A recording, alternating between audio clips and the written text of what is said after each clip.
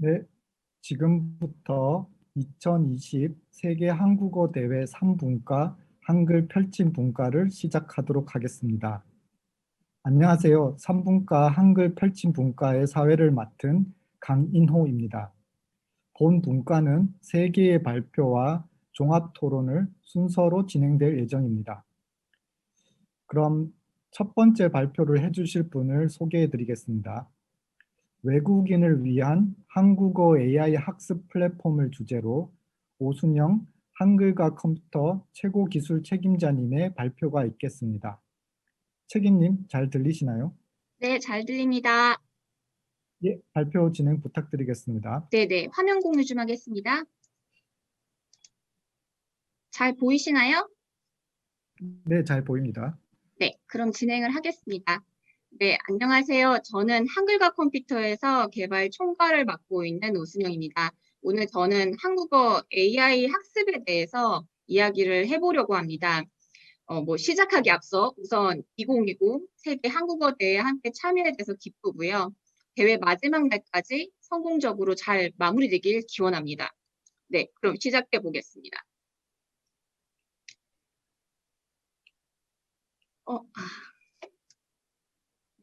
한컴이 AI 한국어 교육 관련해서 이제 발표를 한다고 했을 때 어떤 분들은 조금 의아해 하실 수도 있고 또는 한컴이니까 이런 걸 당연히 준비하고 있었을 거야 라고 하실 수도 있을 것 같아요.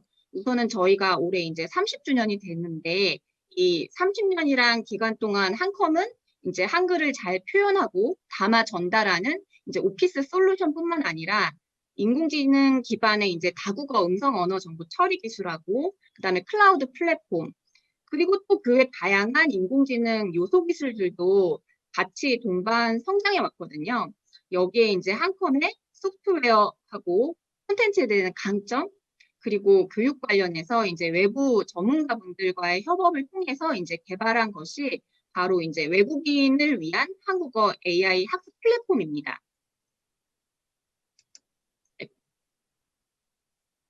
예, 학습 플랫폼입니다. 그 기존의 한국어 학습을 생각해 보면 언어 학습 자체의 어려움도 화면에서 보시는 것처럼 있을 수 있고 학습 방법 역시도 콘텐츠적으로나 아니면 플랫폼적으로 다소 제한적이었다라고 한다면 저희가 준비하면서 좀 보완한 것은 학습자가 좀 어려워하는 거, 한국어 공부하면서 그리고 지금 현재 한국어 교육에 대한 시장 그리고 기술 현황 등을 좀 다각적으로 살펴봤었고요. 한컴이 보유하고 있는 역량하고 이제 외부 전문가분들의 협업을 통해서 이제 한국어를 배우고 싶고 그리고 한국어를 배워서 한국에서 일하고 싶어 하는 이제 외국인들에게 좀 더 쉽게 학습하고 학습 효과를 좀 높이는 방법을 좀 고민해서 개발을 했습니다.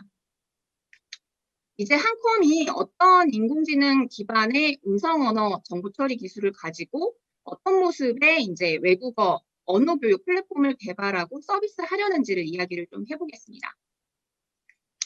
우선은 이제 듣기, 말하기, 읽기, 쓰기 학습 활동을 음성 인식, 그리고 음성 합성, 자동 질의 응답, 챗봇, 맞춤법 검사, 이런 다양한 인공지능 기반의 음성 언어 정보 처리 요소 기술들을 접목했는데요. 특히 언어 학습을 음성 언어와 문자 언어, 그리고 이제 이해 영역하고 표현 영역 이렇게 4가지 영역으로 나누고 이제 각각 효율적인 학습 방법에 AI 기술하고 그다음에 소프트웨어 기술들을 좀 접목을 시켜서 이제 최종적으로는 이제 화면과 같은 학습 방법하고 그다음에 요소 기술 적용 맵을 구성해서 이제 개발을 진행을 했습니다.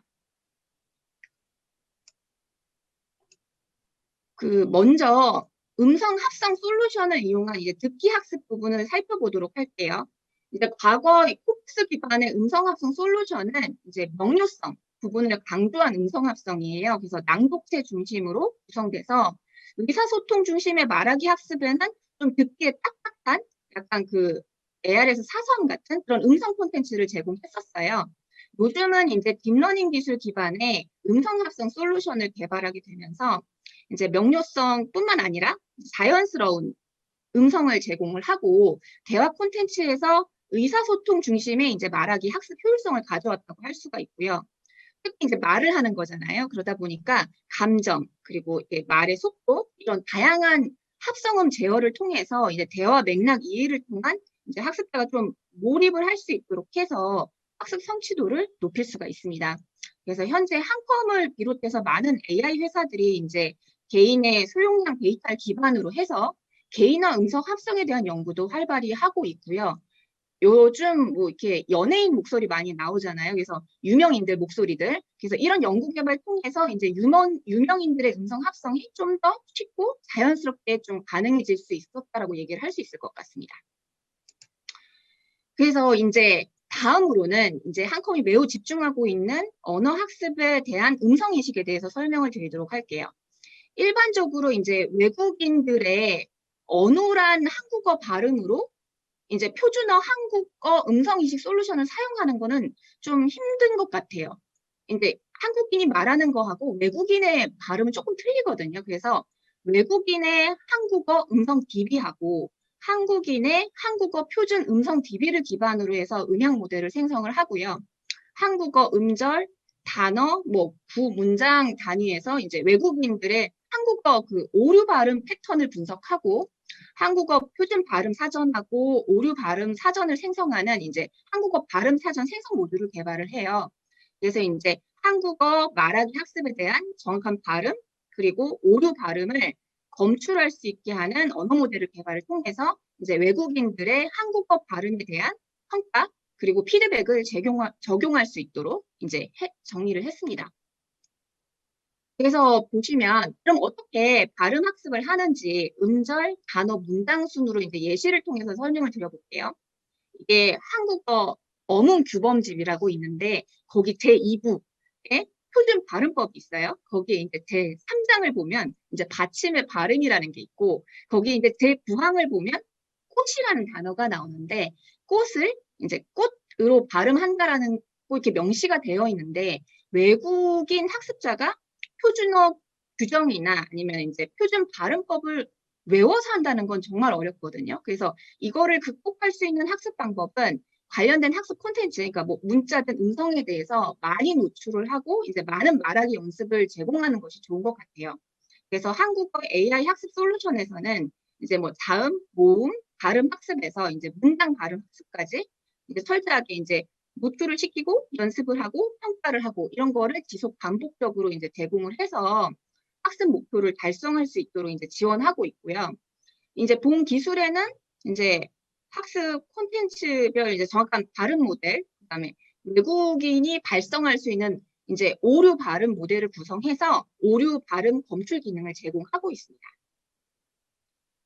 다음은 외국인이 이제 가장 어려워하는 의문 환경에 대한 이제 학습 활동 예시인데요.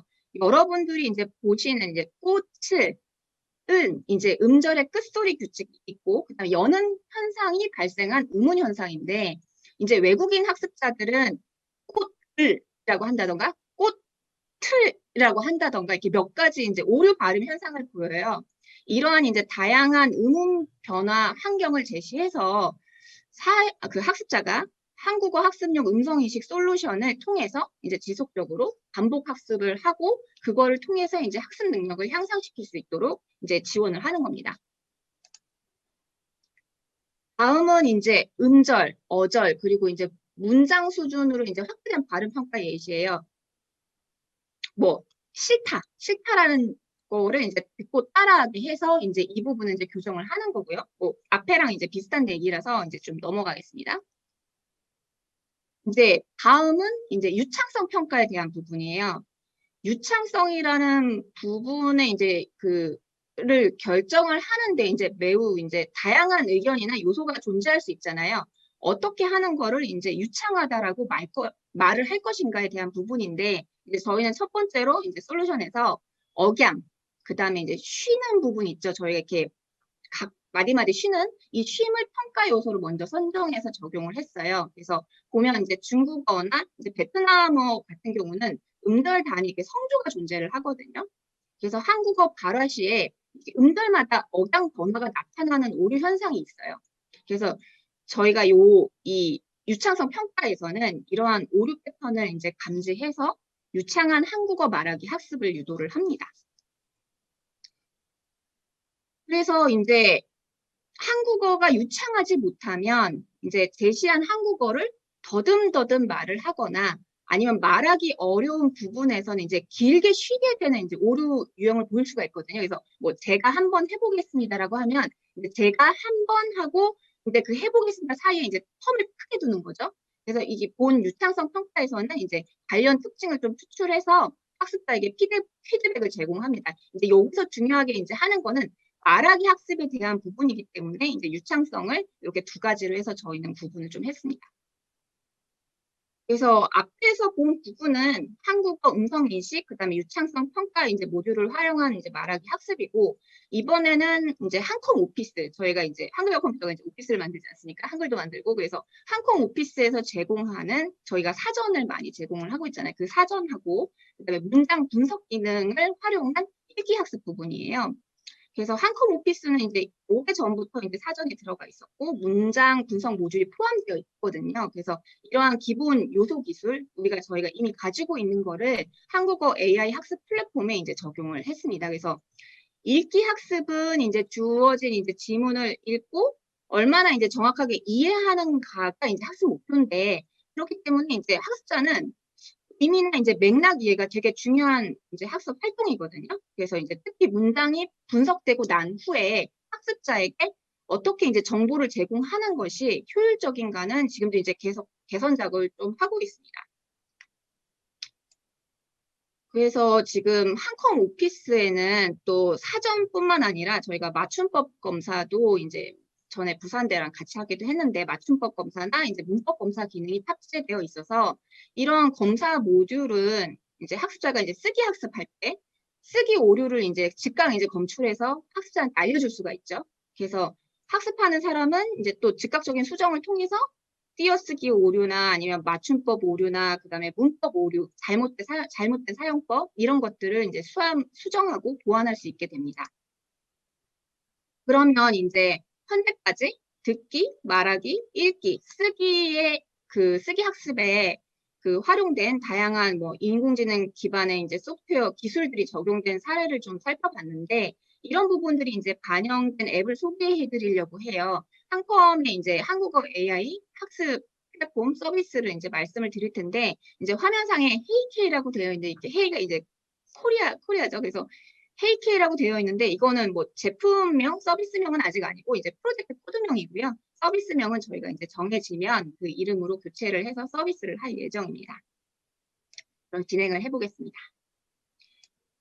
그래서 저희가 이제 학습 플랫폼을 설계하고 개발할 때 이제 주요한 부분이 이제 교수학습 이론에 대한 부분인데 이 부분은 사실 한컴이 전문가는 아니에요. 그래서 교육 플랫폼 설계 경험이 많은 이제 전문가분들하고 이제 협업을 통해서 이제 보완해 가고 있는 상황이고 이제 교수학습 그 이론 부분 관련해서는 이게 한국어 의사소통 능력을 향상하기 위한 거니까 말하기의 숙달도의 그 성취 교육이 이제 주요 목표로 잡고 기본 학습 컨텐츠하고 이제 학습 방법론을 이제 제시를 하면서 그리고 학습자가 이제 새로운 학습 내용하고 방법을 이제 스스로 프랙티스를 하고 그다음에 마지막에는 이제 말하기 학습 및 평가를 이제 수행하면서 이제 실제적인 학습 능력이 이제 그 바닥이 이제 다져지겠죠. 그래서 이렇게 해서 말하기 기초 교수법으로 이제 저희는 정의를 했고 이렇게 해서 헤이케이는 의사소통 중심의 이제 교수법을 기반으로 이제 3P 순서대로 학습이 이렇게 구성되어 있어요. 그래서 이 학습이 구성되어 있는 것들에 또 어떤 걸 활용하냐면 이제 챗봇을 활용하고 있고요. 챗봇이 이제 학습의 처음하고 끝부분에 이제 참여를 하게 되어 있어서 학생 스스로가 이제 주제에 대해서 이제 자기 생각, 그 학습을 하는 사람의 이제 개인화된 생각을 표현해 볼 수 있도록 안내를 하고 있습니다. 근데 그렇잖아요. 이제 보통 토익 점수가 높아도 이제 그 실제 해당하는 그 언어 말하기 능력을 가지고 있지 못하잖아요. 저도 그렇거든요. 그래서 그런 것들은 주변에서 흔하게 볼 수 있어요. 그래서 이제 헤이케이가 이제 하려는 거는 이런 근본적인 문제를 좀 해결을 하자. 그래서 콘텐츠 구성에 좀 고민을 많이 했고, 이제 실제 생활에 쓰는 거, 그 다음에 더불어서 이제 좀 공식적인 그런 상황에서 사용할 수 있는 내용들을 이제 하나의 주제 아래에서 이제 동시에 함께 학습할 수 있도록 이제 구성을 했어요. 그래서 본질적인 이제 한국어 말하기 실력 향상도 되면서 이제 한국어 능력 공인 시험 있잖아요. 그 공인 능력 시험도 이제 대비할 수 있도록 지금 구성이 되어 있습니다. 그래서 지금 언어 학습에 이제 기본이 이제 반복 학습일 텐데 이제 반복 학습을 하다 보면은 좀 지루해질 수 있잖아요. 지루해질 수 있기 때문에 이제 콘텐츠 구성은 좀 치밀하게 계획이 좀 필요한 것 같아요. 그래서 예를 들면은 HK 같은 경우는 이제 과거에 학습을 했어요. 거기에 일정한 시간차를 두고 점점 이제 확장해서 이제 깊이 있는 내용의 학습으로 진행될수록 이제 구성을 해서 뭐 나선형 학습 방법이라고 하죠. 그래서 그 나선형 학습 방법을 이용해서 하나의 주제에 대해서 이제 학습자 스스로가 유사한 주제에 대해서 연결성을 만들고 이제 반복 확대해서 자기만의 이제 그런 스토리를 만들 수 있도록 이제 도움을 주도록 되어 있고요. 그리고 이제 이런 그 AI 한국어 이제 교육 앱에 대해서 이제 그 실제 UI를 보면서 좀 본격적으로 소개를 해드리면 이제 저희가 이제 개발한 인공지능 AI 그 1대1 한국어 말하기 연습 앱인데 지금 정식으로 저희가 서비스를 이렇게 오픈한 상태는 아니에요. 그래서 지금 이 서비스는 이제 학습자 수준에 맞춰가지고 각 주제별로 한 250개 이상의 주제별 대화를 통해서 이제 한국어를 배울 수 있도록 한 서비스고요. 한국어 말하기 연습에 이제 관심이 있는 외국인 누구나 이제 쉽게 부담 없이 한국어 말하기를 연습할 수 있도록 구성이 되어 있습니다. 그래서 이렇게 대충 화면 보시면 이제 발음 평가하면서 이것들을 이제 캐릭터가 또 알려주기도 하고 이제 실제 채팅을 통해서 이제 뭐 자기 언어 능력을 확대할 수도 있고 음성을 통해 가지고 이제 본인의 음성 발음에 대한 것도 체크를 할 수 있고 또 이런 거를 좀 종합적으로 볼 수 있는 그런 것들이 지금 화면에 간단히 좀 설명이 되어 있습니다. 그래서 이제 뭐 스마트폰 있으면 어디서든 이제 한국어 연습을 할 수 있게 이제 구성이 되어 있는 거고 그 AI 튜터 그러니까 인공지능의 어떤 선생님과 이제 대화를 통해서 말하기 연습도 할 수 있고 그다음에 한국어 유창성 사실은 제가 이제 이런 게 있죠. 이제 글은 이제 어느 정도 쓰는데 이제 제가 중국 분하고도 얘기를 해보면 이제 본인의 발음이 정확한지를 되게 궁금해요. 알아듣는 거하고 본인의 발음이 정확한지하고는 조금 다른 문제잖아요. 그래서 아까 전에 말한 말하기 연습, 그다음에 한국어 유창성 평가, 아까 전에 그 어떤 걸로 유창성을 평가한다고 제가 말씀드렸는데 그걸 통해서 이제 발음 분석, 그리고 한국어 능력 시험, 그 토픽, 모의고사, 그리고 이제 마지막으로는 그 답변, 그 사용자가 이제 문제를 푼 거에 대한 첨삭지도까지 해서 폭넓은 학습 범위를 커버를 하려고 하고 있고요. 이제 학습자의 이제 실력 향상을 위해서 이제 필요하다라고 생각하는 것들은 많이 담으려고 노력을 했고, 이제 AI의 가장 좀 중요한 부분 중에 또 하나는 또 개인 맞춤형을 또 할 수 있다는 거거든요. 각 개개인을 이제 분석을 해서 그래서 AI 기술을 접목한 개인 맞춤형 학습 분석 서비스로 이제 정형, 비정형 학습 데이터를 분석해서 학습자의 이제 그 학습 성과를 높이게 됩니다. 그래서 대략의 이제 지금 앞에서 쭉 뭐 이제 발음 평가나 그다음에 뭐 여러 가지를 제가 설명을 드렸는데 그 헤이케이의 이제 한국어 학습 시스템을 조금 더 살펴보면 뭐 첫 번째로는 이제 대화형 한국어 말하기 연습에 대한 부분이 있고 이제 헤이케이는 이제 챗봇하고 대화를 할 수 있도록 되어 있어서 심심이라고 아시나요? 심심이 이렇게 계속 말을 할 수 있는 옛날에 있었죠. 그 심심이 같은 이제 챗봇과 대화를 통해서 이제 한국어 말하기 연습 방식을 이제 할 수 있도록 제공을 하고 있고 그 채팅을 할 때 이제 학습자의 긍정 답변, 부정 답변에 맞는 이제 상황별로 이제 맞춤 피드백을 제공을 하도록 되어 있고요. 그래서 자연스러운 약간 인터랙션, 이게 주거니 받거니 할 수 있는 것들이 가능하도록 그래서 궁극적으로는 학습자가 이제 AI 튜터의 좋은 점은 그런 거죠. 사람은 이제 잠자는 시간 이렇게 몇 가지 할 수 없는 시간들이 있는데 실제 선생님이라고 한다면 근데 이제 시간과 공간과 상관없이 학습자가 실제 선생님하고 이제 대화하는 느낌을 받을 수 있도록 이제 구현을 하려고 애를 썼습니다. 이제 두 번째로는 이제 주제별 맞춤 회화 연습이에요. 그래서 아까 전에 말씀드린 것처럼 한 250개 이상의 일상대화 관련 주제를 기반으로 이제 학습을 하고요. 실생활에 꼭 필요한 표현들을 듣고 따라서 읽으면서 익힐 수 있도록 되어 있습니다. 세 번째는 발음 평가. 이제 종합적으로 유창도를 평가한다는 거고요. 그걸 이제 발음을 분석해서 결과를 이제 실시간으로 보여줘서 이제 나의 발음의 정확도를 확인할 수 있도록 하고, 또 이제 내가 한 발음을 다시 듣고 따라 읽으면서 이제 잘못된 습관도 이제 바로 잡을 수 있도록 되어 있습니다. 마지막으로 이제 개인별 답변 첨삭 서비스인데, 이제 헤이케이 서비스 사용하면서 이제 학습자가 발화한 모든 데이터가 이제 인공지능 기술이 먼저 분석을 하고 1차적으로 분석해서 이제 좀 잘못된 거, 고쳐야 될 것들도 찾죠. 그리고 이제 한국인, 실제 사람이, 휴먼이 이제 2차 검수를 해서 또 잘못된 표현이나 맞춤법들을 추가적으로 첨삭할 수 있도록 그렇게 지금 구성이 되어 있습니다. 그래서 뭐 기본적으로 AI 튜터를 해주는 거 플러스 그걸 또 다시 사람을 통해서 한 번 더 짚고 넘어갈 수 있도록 그렇게 서비스를 제공하려고 지금 준비를 했습니다. 아까 전에 잠깐 설명하기는 했지만 이제 말하기 연습뿐만 아니라 문제풀이 학습 서비스도 이제 제공을 하는데, 이제 한국어 능력 시험을 이제 준비 중인 외국인 학습자들이 많잖아요. 그런 분들도 이제 틈틈이 헤이케이 앱에서 이제 토픽 모의고사 풀면서 시험을 대비할 수도 있고, 그러니까 말하기 연습하고 주제에 대한 포인트 퀴즈 학습하면서 단어 순서 배열이나 듣기나 쓰기 그런 다양한 문제의 유형을 풀면서 이제 주제에 대해서 스스로의 이해도를 바로 진단해 볼 수 있도록 하는 게 이제 저희가 제공하는 부분입니다.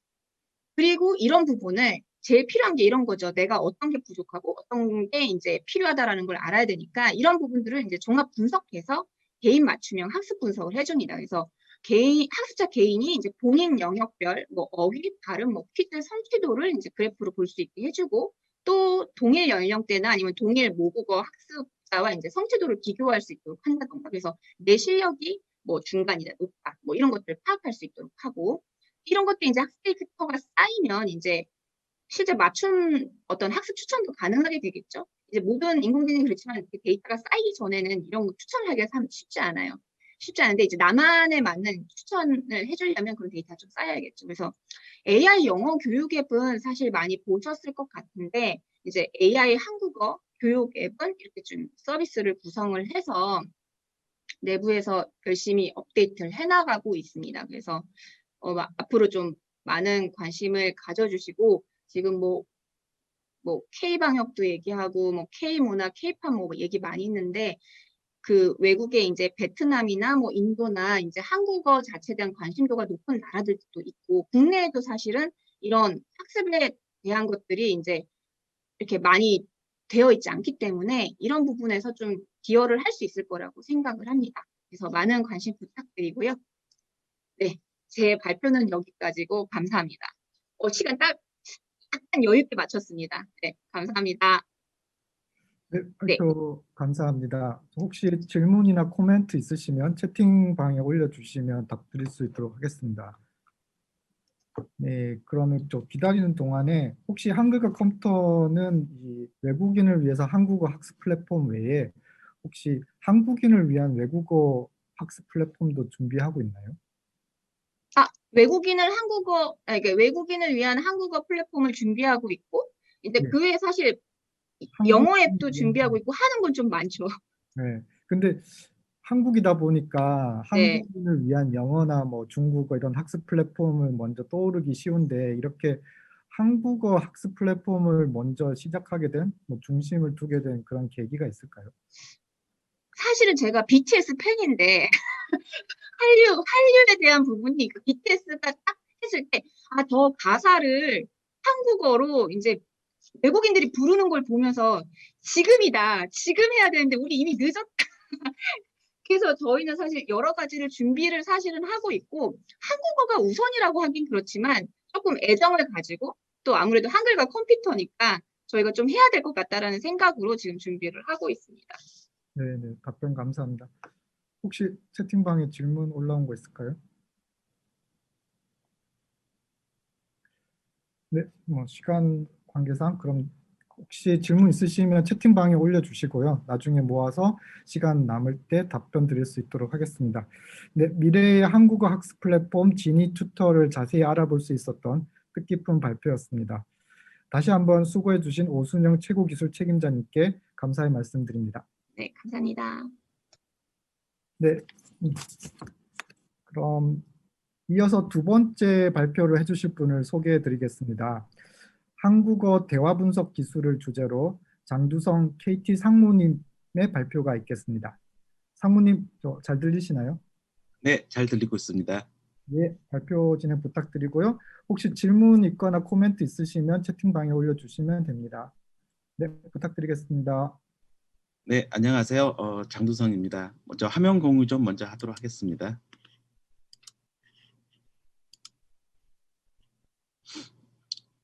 네.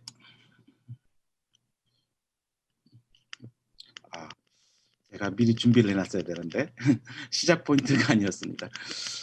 오늘 제가 준비한 내용은 이제 한국어 대화 분석 기술이라는 제목으로 저희 이제 KT에서 여러 가지 그 대화를 분석을 해서 이제 제공하는 여러 가지 일들을 좀 하고 있는데, 그 중에서 특히 이제 그 연속전 대화 담화를 분석을 해서 저희 콜센터에도 적용을 하고 있고 기가진이의 이제 연속 대화를 위해서도 진행을 하고 있습니다. 이 내용에 대해서 좀 말씀을 드리려고 합니다.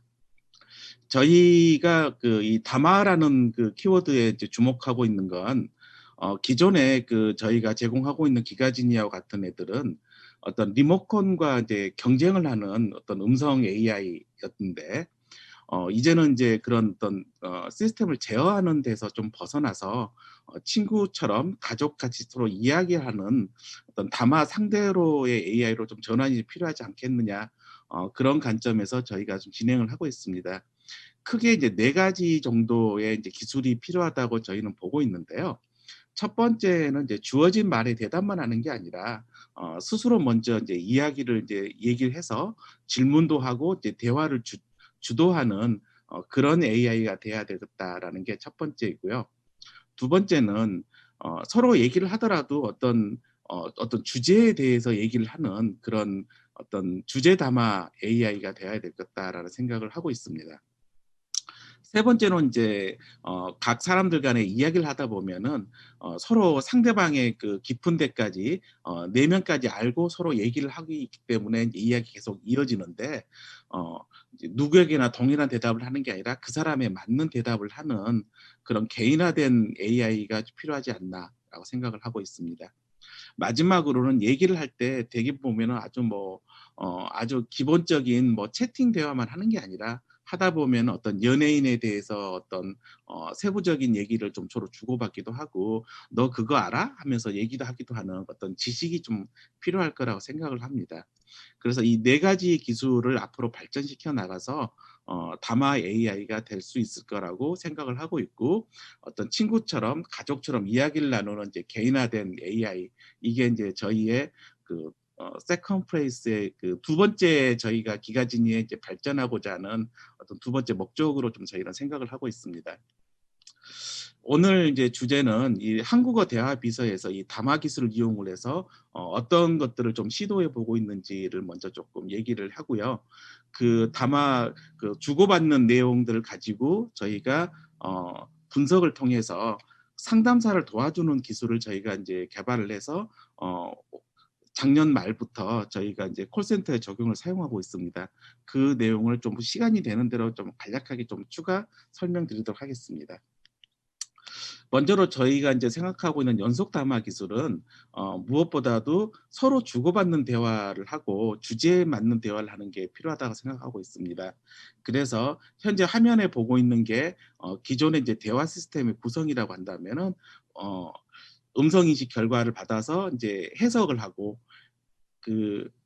이 입력된 이제 사용자의 의도에 맞게 어떤 응답을 할 것인가를 인퍼런스를 한 다음에 그 결과를 가지고 사용자한테 보여주는 그런 기술을 갖고 있는데, 뒷단 이제 퀘스천 앤서링이랄지 추천이랄지 뭐 여러 가지 인퍼런스 그 에이전트가 이제 붙어 있는 구조를 가지고 있습니다.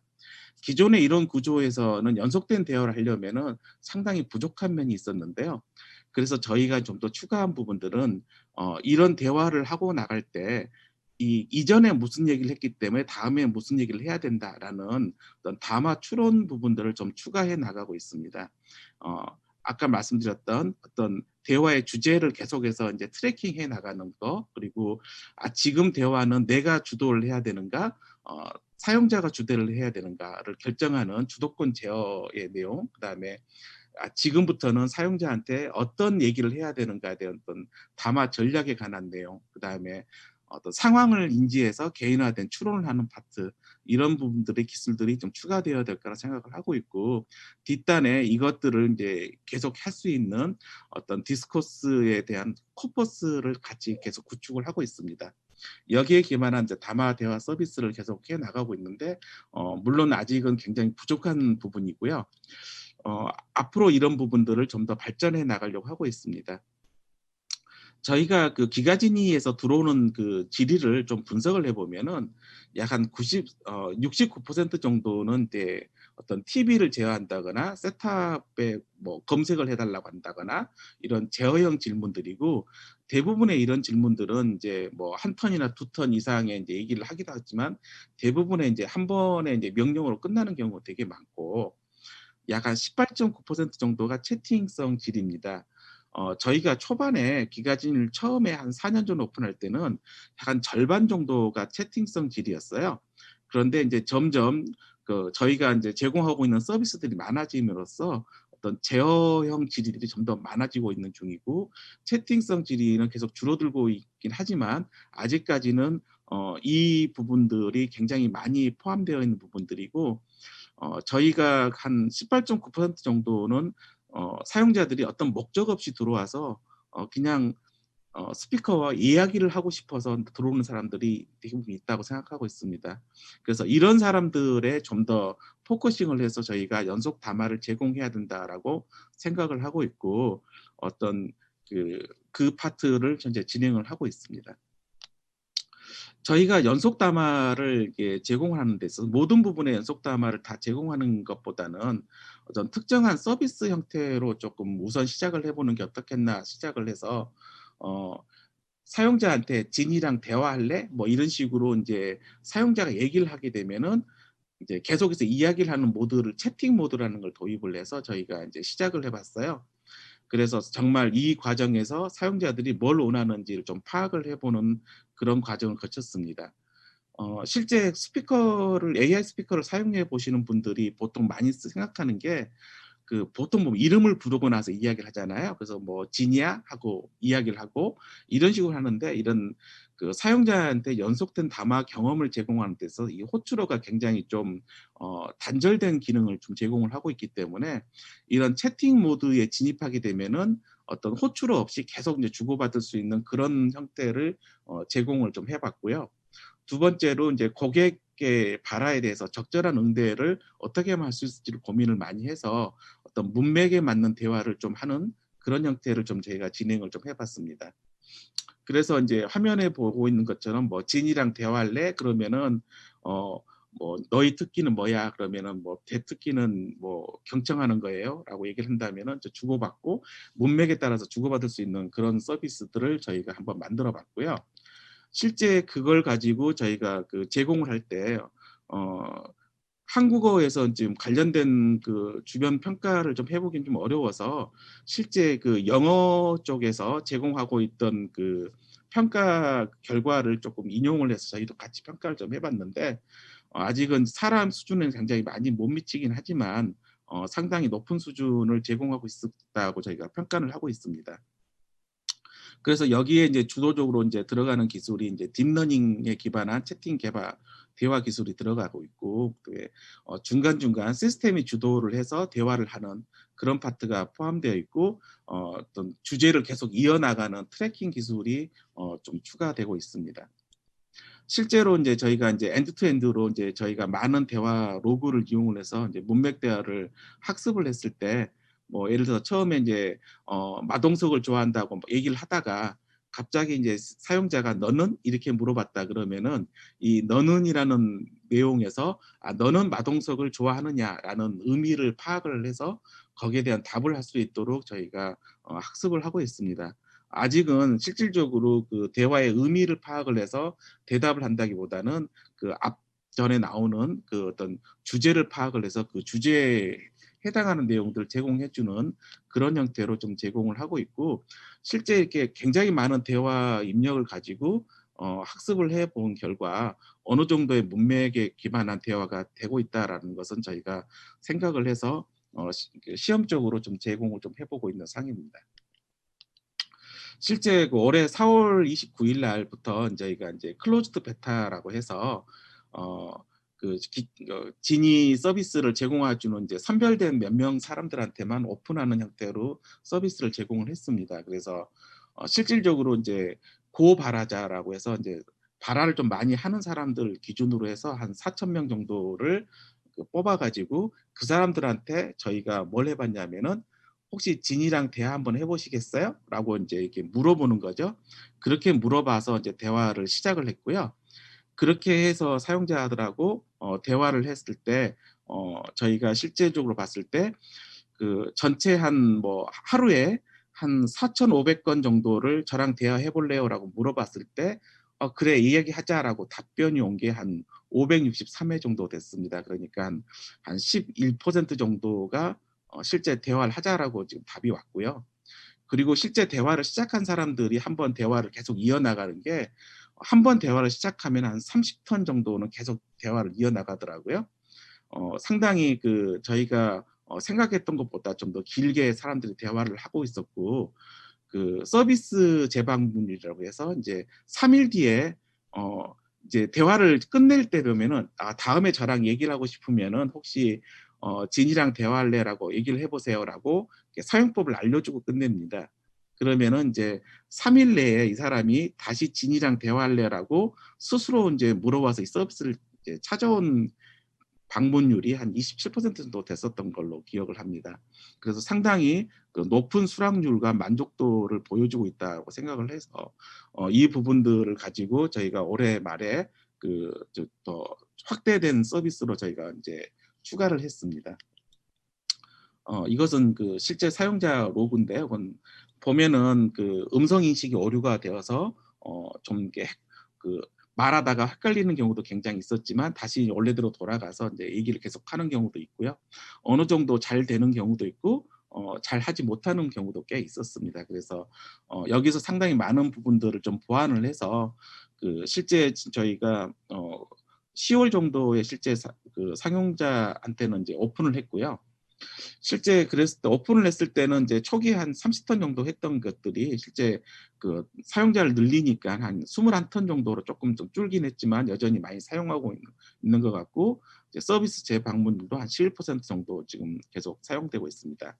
실제 이 채팅 모드를 가지고 저희가 하루에 사용량을 보면 하루에 한 5만 바라 정도가 계속 들어오고 있는 걸로 봐서 상당히 사용자들의 그 사용량이 좀 좋다라고 생각하고 있고요. 오른쪽에 있는 그래프를 조금 보면은 저희도 조금 새롭게 얻은 그 인사이트인데, 보시면은 이게 빨간색으로 되어 있는 부분이 이제 그 저희가 이제 기가진이는 이제 올레 TV 그 셋탑 박스 형태지 않습니까? 그래서 기본적으로 이제 기가진을 켜게 되면은 화면이 켜져 있는 상태예요. 그래서 화면이 켜져 있을 때의 그 내용과 그 TV를 끈 상태에서도 이제 워킹을 합니다. 대화가 가능합니다. 그런데 보면은 좀 더 이제 두 번째 칸에 있는 좀 굵은 빨간색이 그 화면이 켜져 있을 때고요. 그리고 그 최상단에 있는 이제 그 분홍색 라인이 그 실제 그 TV가 안 켜져 있을 때 그 저희가 사용하는 양입니다. 보면은 TV가 켜져 있을 때보다 오히려 꺼져 있을 때 더 그 사용량이 더 많았다는 걸 알 수 있겠고, 이건 이제 TV하고 상관없이 그 다마를 이용해서 이제 스피커와 이야기를 하고자 하는 이제 그 니즈가 굉장히 많았다라는 것을 좀 알 수가 있을 것 같습니다.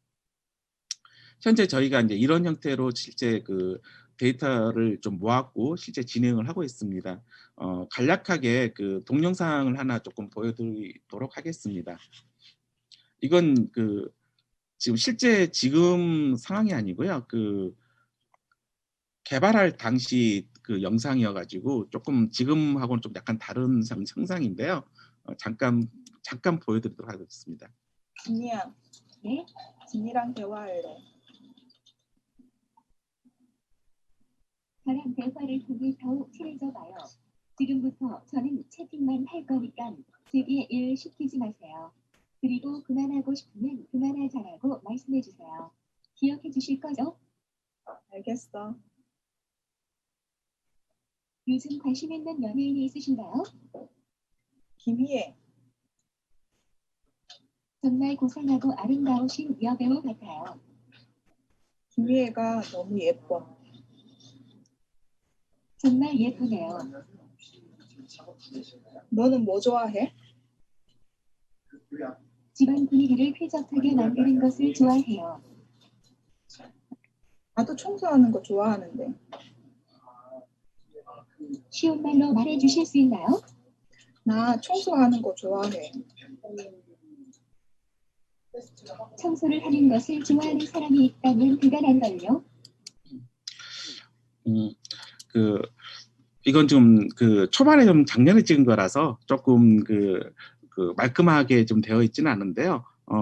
현재 이런 형태로 지금 사용자와 계속 주고받으면서 얘기를 할 수 있는 것들을 좀 진행을 하고 있습니다.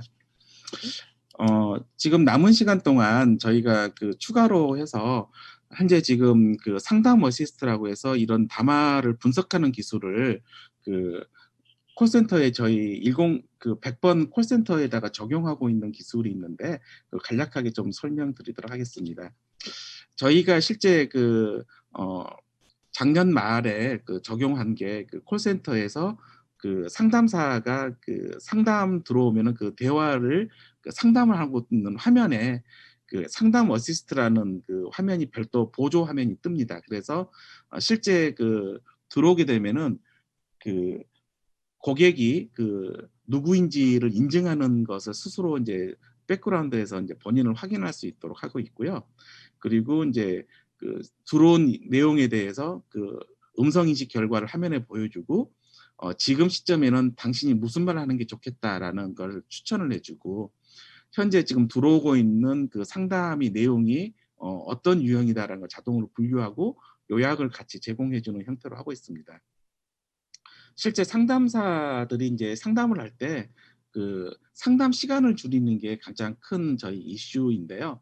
그럼 이 목소리 인증을 통해서 실제 상담하는 데 있어서 한 19초 정도로 시간을 줄이고 이런 상담 어시스트를 통해서 한 15초 정도를 줄여서 실제 내부적으로는 상당히 큰 액수의 비용을 절감하고 있다라고 저희는 생각을 하고 있습니다. 내용을 좀 간략하게 설명을 드리면은 방금 전에 설명드렸던 내용이고요. 화면에 왼쪽에 있는 그걸 가지고 이제 음성 인식이 들어오게 되면은 거기에 대해서 실제 대화록이 계속 쓰여지고 되고 상품 유형에 대해서 분류를 하고 결과를 가지고 어떤 추천을 한 다음에 요약 결과를 같이 보여주고 화면 아래쪽에 보면은 실제 사용자가 지금 화난 상태인지 뭐 이런 걸 보여주는 감성 분석도 같이 진행을 하고 있습니다. 실제 상담을 분류하는 데 있어서는 한 턴을 가지고 분류하고 있는 게 아니라 최근 몇 턴에 주고받은 내용들을 가지고 실제 어떤 형태의 상담을 하고 있는지를 자동으로 좀 분류를 하고 있고요. 현재 한 94% 정도를 탑 5 내에서 제공을 하는 성능을 좀 보여주고 있는 상황입니다. 요약하는 것은 상담 메모라고 해서 상담사가 이제 업무를 다 끝내고 나면은 무슨 일이 있었는지 다 이렇게 스스로 메모를 하게 되는데 이런 부분들을 이제 자동으로 만들어주는 것을 저희가 요약 시스템을 통해서 지금 제공을 하고 있고요. 그리고 이제 사용자가 지금 화난 상태인지를 이제 판단하기 위해서 사용자의 텍스트만 분석하고 있는 게 아니라 음성을 같이 분석을 해서 두 개를 결합을 해서 좀 더 정확한 디텍션을 하고 있는 중입니다. 이런 부분들에 대해서 간략하게 저희 동영상을 하나 좀 찍어 놓은 게 있는데 간략하게 좀 소개해 드리도록 하겠습니다.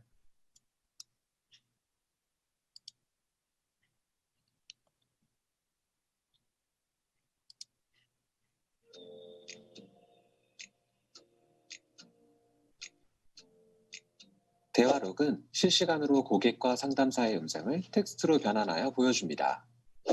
대화 추천은 상담 내용과 관련된 문서, 검색 키워드, FAQ 답변을 추천합니다. 상담 분류는 400개의 상담 유형 중 하나를 골라주고 상담 요약은 고객의 요청 사항을 요약합니다.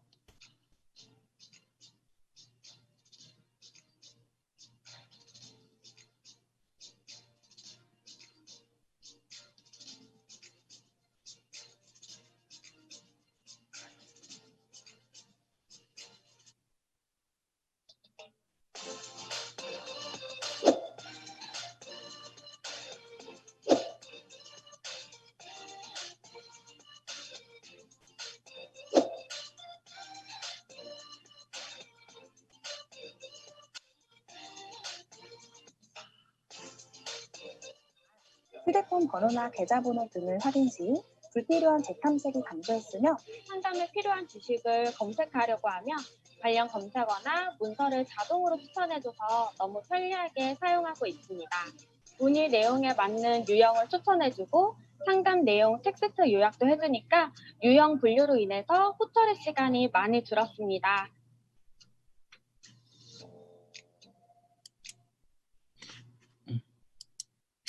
네, 주어진 시간에 조금 그 내용이 좀 불편하게 좀 설명이 드린 수도 있는 것 같긴 한데요. 현재 지금 KT가 진행하고 있는 여러 가지 담화 기술들을 이용을 해서 분석하고 이걸 가지고 스피커에 좀 적용하고 있는 그런 내용들을 좀 간략하게 좀 정리해 봤습니다. 네, 이상으로 발표 마치도록 하겠습니다. 네, 발표 감사합니다. 혹시 질문이나 코멘트 있으면 유튜브 채팅방에 올려주시면 답변 드릴 수 있도록 하겠습니다. 그리고 앞에 질문이 하나 올라온 것이 있는데요. 지금 저희가 얘기하려고 하는 그 종합 토론 주제와 겹치는 부분이 있어서 그때 같이 얘기하는 걸로 답변 드릴까 합니다. 예. 그러면 기다리는 동안에 제가 또 질문을 드리면 저희가 이제 저희도 이제 비슷한 이제 일을 하면서 네이버에서도 고민을 하고 있는 것들이 이제 그냥 하나의 발화로 이제 답변하는 거에서 이제 담화 그리고 나서 그 다음이 뭘까라는 또 그런 고민들을 하고 있거든요. 뭐 아까 얘기할 때 뭐 멀티모달도 될 수도 있을 것 같고 뭐 다양한 얘기들이 있을 것 같기도 한데요. 혹시 KT에서는 담화 그 다음은 혹시 뭐라고 생각하고 계시는지? 아직 담화까지밖에 생각을 안 해봐서 그 다음까지 생각을 안 해봤는데 이제 물론 그 다음 단계에는 제가 보기에는 좀 더 자연스러운 대화가 되는 게 사실 목적이 아닐까라 생각합니다. 어떤 감성적인 표현이랄지 극히 자연스러운 표현이랄지 올해는 아까 잠깐 보셨던 감성적인 내용들을 좀 더 포함을 해서 음성인식, TTS 대화 이 모든 쪽에 대해서 좀 포커싱을 해서 진행하려고 준비하고 있습니다. 좀 더 사람에 가까워지는 걸 생각하시는 거네요. 네, 저희 그 주어진 사명이 그게 아닐까 싶습니다.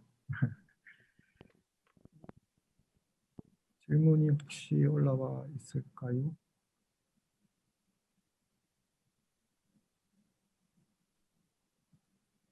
네, 그럼 좀 시간 조금 남아서 제가 질문 하나만 더 드리면 저도 아까 발표 내용 중에 의외였던 게 TV가 꺼졌을 때 챗봇 사용률이 더 많았다라고 하는 것들이 되게 인상적이었거든요. 왜냐하면 저희가 이제 스피커나 그런 걸 만들 때는 내가 뭐라고 얘기했는지 인식된 부분이 보이지 않으니까 사람들이 도리어 더 이게 내가 말을 잘못한 건지 얘가 이해하지 못하는 건지 그런 것들이 궁금해서 힘듦이 있는데 그래도 화면이 있으면 기가진처럼 내가 얘기한 것들이 제대로 얘기되었는지 또는 내가 뭘 할 수 있는지 이런 것들 가이드들을 보여주고 있어가지고 더 많이 쓸 거다라는 생각을 하게 되는데 꺼졌을 때 사람들이 더 많이 얘기하게 됐다. 이거 참 되게 그 인상적. 부분은 제가 설명을 약간 부족하게 드린 것 같은데요. 기가진이는 TV가 켜졌을 때 그 사용량이 압도적으로 많습니다. 당연히 말씀하신 대로 TV가 켜졌을 때 TV를 제어한다거나 이런 쪽에 사용량이 훨씬 많은데 아까 그 그래프는 유독 이 채팅 모드의 사용량은 TV가 켜져 있을 때보다도 꺼져 있을 때 사용량이 더 많더라라는 거죠. 그 얘기는 뭐냐면은 TV가 켜져 있을 때는 이제 TV를 보는데 좀 더 집중하고 제어하는 데 좀 더 집중하지만 TV가 켜져 있거나 꺼져 있거나 상관없이 꺼져 있을 때는 이 사람하고 얘기할 때는 TV를 켜지 않고라도 이제 얘기를 바로 시작한다는 거죠. 그래서 그런 관점에서 저희는 좀 더 그 인사이트를 얻었다라는 관점으로 조금 보여드렸습니다. 네, 지금 질문이 올라온 게 있어가지고요. 아마 이제 같이 채팅창 보시면서 얘기하면 될 것 같은데, 채팅의 목소리를 예를 들면 성별, 연령, 사투리 등을 선택할 수 있나요? 기가진에서? 저희가 이제 대화 스타일링이라는 기술을 이제 만들고 있습니다. 대화 스타일링을 통해서 실제 그 성별이나 어떤 그 대화의 그 표현을 좀 뭐 어린아이처럼 말을 하게 하거나 뭐 그 할머니처럼 말을 하게 하나 이런 부분들을 좀 바꾸는 기술들을 저희가 가지고 있고 현재 올해는 동일한 얘기를 어린아이처럼 말하게 하는 퀴즈 쪽 파트를 우선적으로 좀 적용을 하고 있고요. 대화만 그렇게 바꾸는 게 아니라 이제 그 합성되는 목소리 자체도 이제 성별을 바꾸는 것을 좀 시도를 하고 있는 중입니다. 그래서 이것은 좀 더 자연스러운 음성들이 많이 나오고 하게 되면 좀 다양하게 나갈 수 있을 거라고 생각하고 있습니다. 지금 네, 발표 감사하고요. 네, 한국어 자연어 처리 기술이 일상에서 어떻게 사용되고 있는지 자세히 알아볼 수 있었던 뜻깊은 발표였다고 생각합니다. 다시 한번 수고해 주신 장주성 KT 상무님께 감사의 말씀드립니다. 고맙습니다. 네, 이어서 마지막 발표를 해주실 분을 소개해 드리겠습니다. 최신 기계 번역에서의 토크나 기법 주제로 네이버 신중희 책임 리더님의 발표가 있겠습니다. 리더님 잘 들리시나요? 네, 잘 들립니다. 네. 예, 발표 부탁드리고요. 질문이나 코멘트 있으시면 채팅방에 남겨주시면 되겠습니다. 네, 부탁드리겠습니다. 네, 잘 보이시나요? 네, 잘 보입니다. 전체 화면으로 하시면 네네. 잘 보이시죠? 네. 네, 안녕하세요. 저는 네이버 파파고 팀에서 일하고 있는 신중휘라고 합니다. 제가 오늘 소개드릴 내용은 그 최신 기계 번역에서의 토크나 기법에 대한 설명을 드리려고 하는데요. 이게 제가 이제 청중 있을 때 발표할 때는 막 떨고 그러진 않는데 오늘 혼자서 이렇게 얘기하니까 제가 더듬더라고요. 아까 잠깐 해봤는데 그래서 걱정이 좀 되지만 그래도 또 내용이 약간 어려워요. 제가 평소에 이제 설명하는 거랑 좀 다르거든요.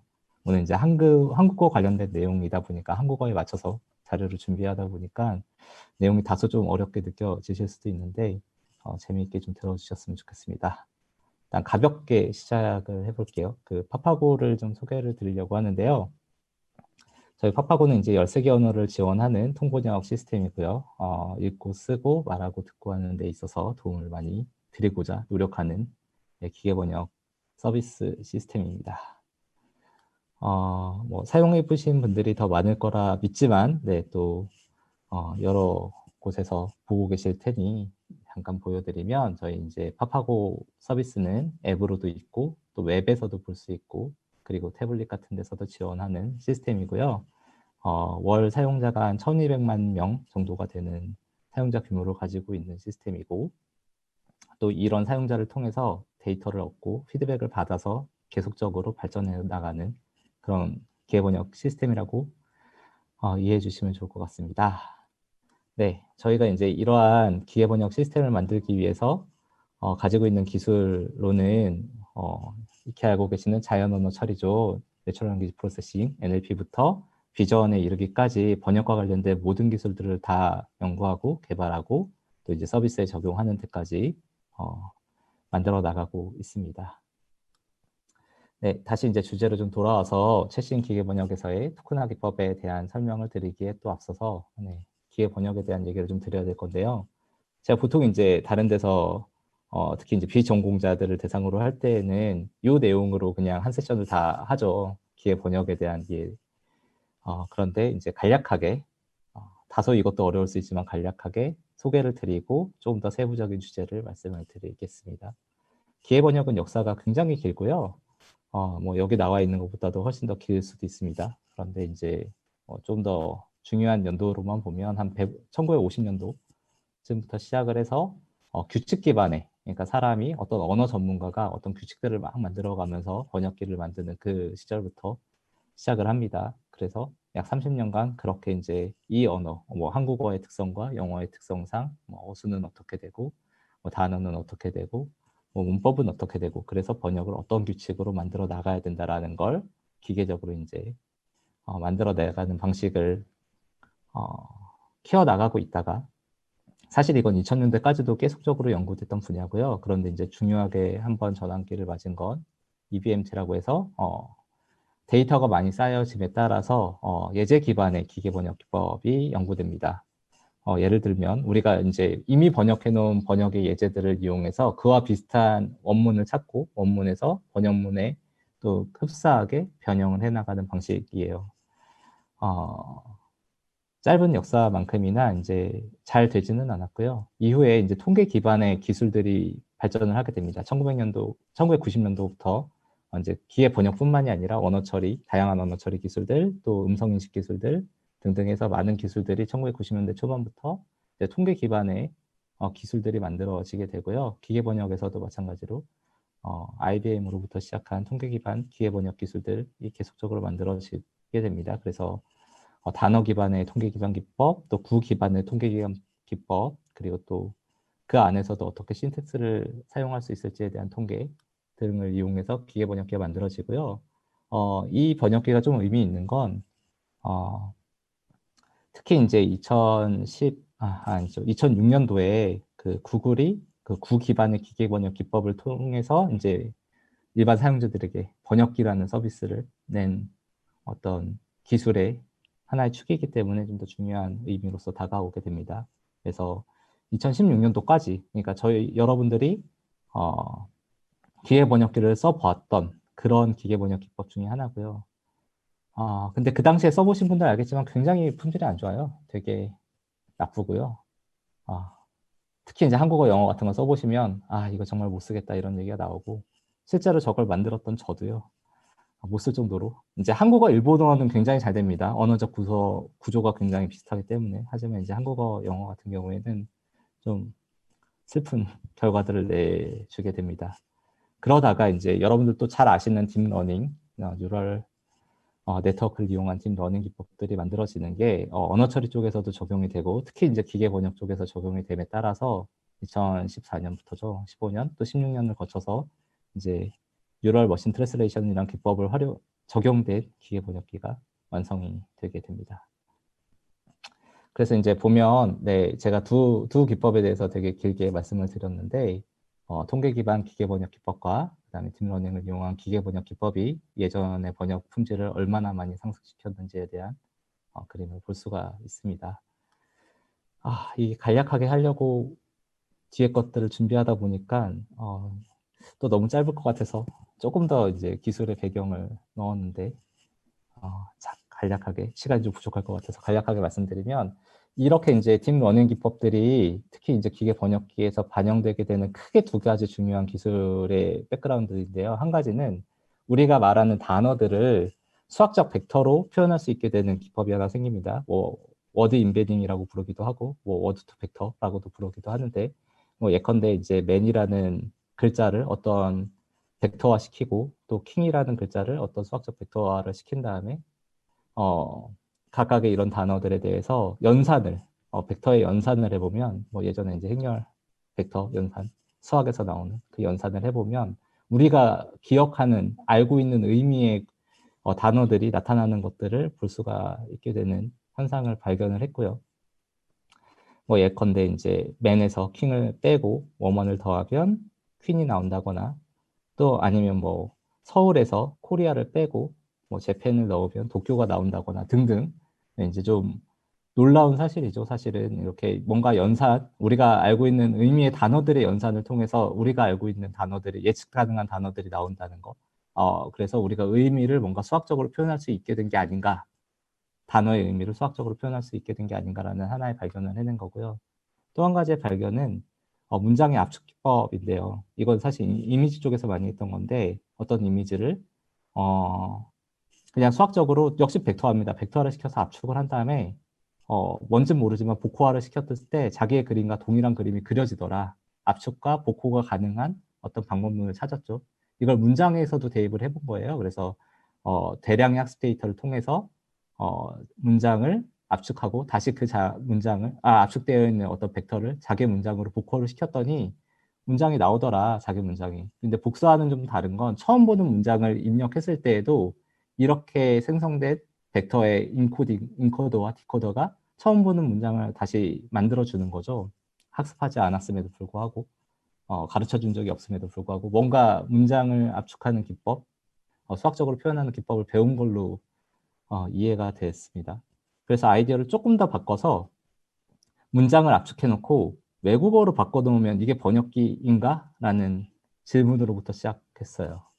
그래서 영어를 이렇게 압축을 해놓고 그의 의미에 맞는 한국어로 복호를 하는 방식으로 대량의 데이터로 학습을 해보고 처음 보는 문장을 딱 입력을 했는데 그에 맞는 번역 결과가 나오는 거죠. 그래서 그동안에 우리가 연구했던 번역기와는 좀 더 다른 번역기, 새로운 방식의 번역기가 만들어졌다라는 그런 개념에서 출발을 하게 됩니다. 그래서 그게 발전해서 이제 뭐 번역을 할 때 어떤 부분들, 원문의 어떤 부분들을 더 집중해서 보면 번역 결과가 더 좋아지더라. 여기를 이제 다칭형으로 쌓고 또 이제 문장의 내재적인 의미를 알아낼 수 있는 뭐 셀프 어텐션이라던가 뭐 기법들이 다양하게 적용이 되면서 지금의 번역기 기술들, 번역기 품질을 내는 기술이 완성이 되었습니다. 다소 어려운데 굉장히 압축적으로 설명을 드려서 여하튼 이제 핵심은 딥러닝 기법을 이용했더니 번역기가 되게 좋아졌고 그래서 지금 여러분들은 쓰기에 예전보다는 도움을 받으면서 쓰고 있다. 그래서 많은 사용자들이 이제 써주고 있는 AI 기술 중에 하나가 되었다라고 이해를 해주시면 좋을 것 같습니다. 본 주제로 조금 더 들어와서 다소 어려운데 더 어려워지는 거죠. 죄송해요. 준비를 하다 보니. 근데 이제 좀 더 본 주제로 들어와서 얘기를 드리면 이제 어떤 문장을 다루는 데 있어서 언어 처리에서는 그 문장을 그대로 다루기가 굉장히 어렵습니다. 왜냐하면 문장은 단어보다도 훨씬 더 종류가 많고 무한대에 가깝기 때문인데요. 예를 들면 이런 거예요.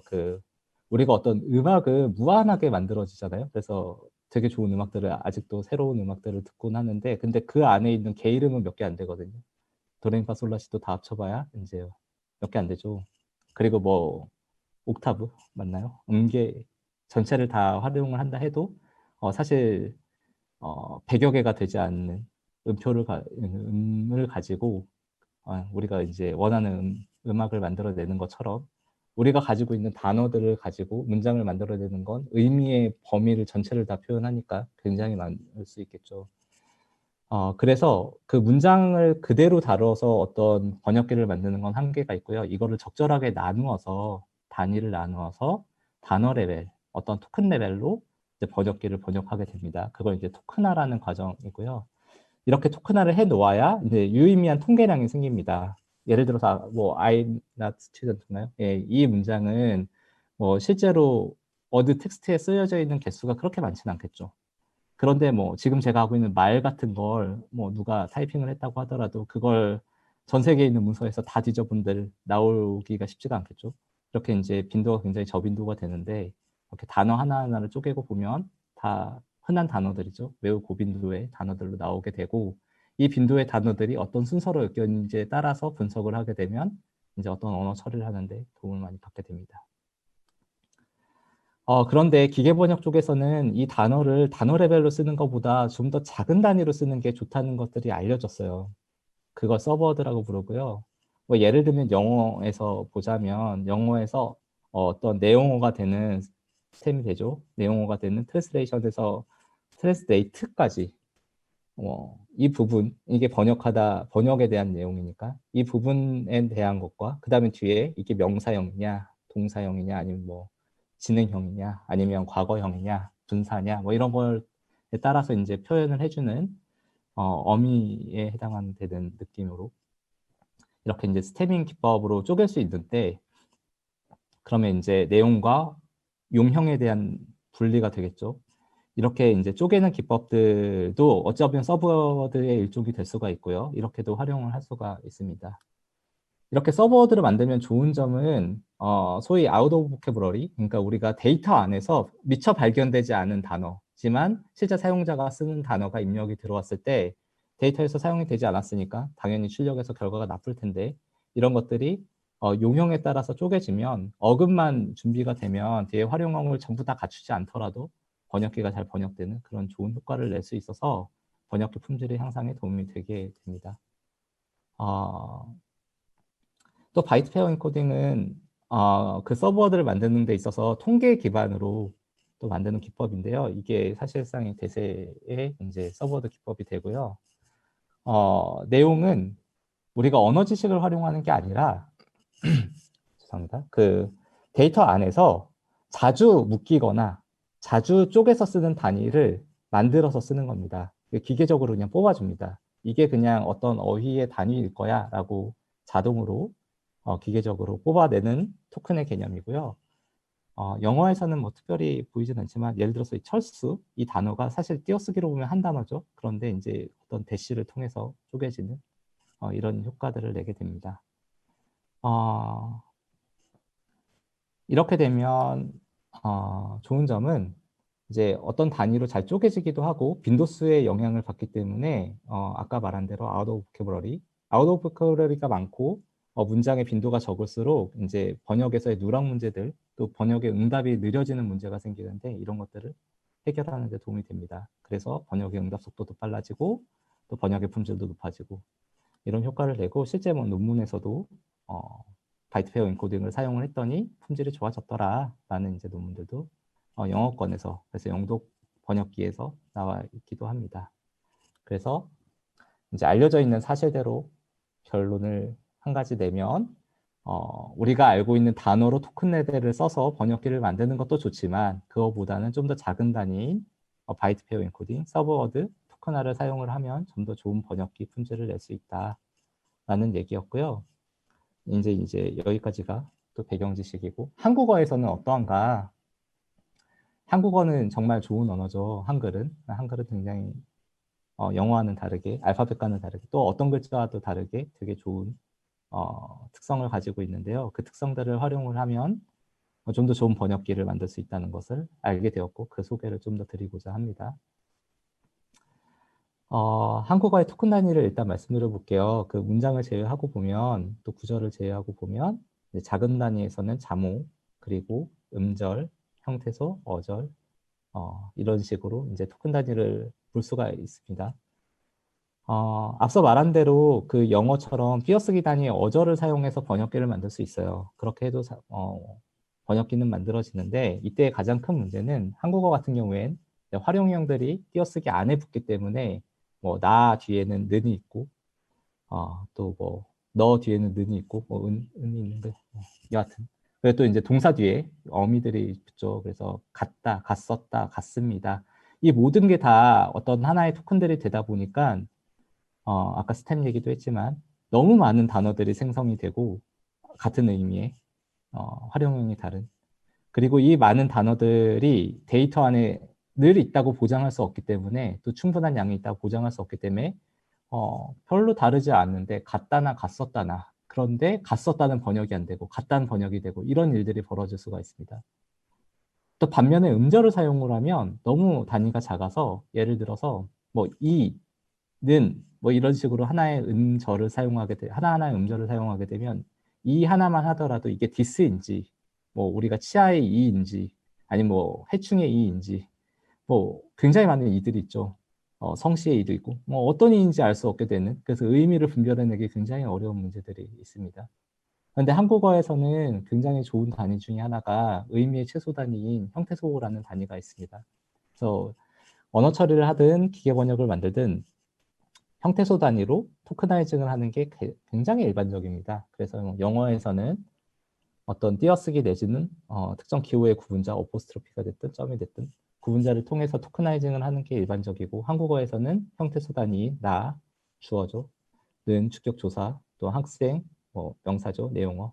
이는 목적격 조사가 될 거고요. 아집 동사, 니다 뭐 어미, 종결 어미 같은 이런 식으로 이제 형태소 단위의 토크나이징을 많이 활용을 하게 됩니다. 또 한국어에서는 굉장히 좋은 형태소 분석기들이 많이 만들어져 있어서 활용을 하게 되면 번역기 품질에 도움을 많이 받게 되는데요.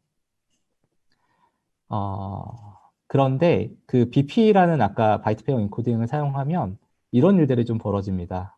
예를 들어서 은은 형태소 레벨에서 보면 쪼개져야 되는데 굉장히 많이 붙어 나오면 붙여주기도 하고요. 또 아까 형태소 레벨에서 김철수는 붙어 나와야 되는데 또 많이 쪼개면 쪼개지기도 합니다. 이렇게 바이트 페어 인코딩을 활용하면 의미 레벨도 어느 정도 사용이 되면서도 또 통계량도 적절하게 확보가 되면서도 또 어떨 때는 뭐 항상 규칙적으로 붙이거나 떨어뜨리지 않고 그때그때 상황에 맞춰서 붙이거나 떨어뜨리는 역할들을 해주게 되고요.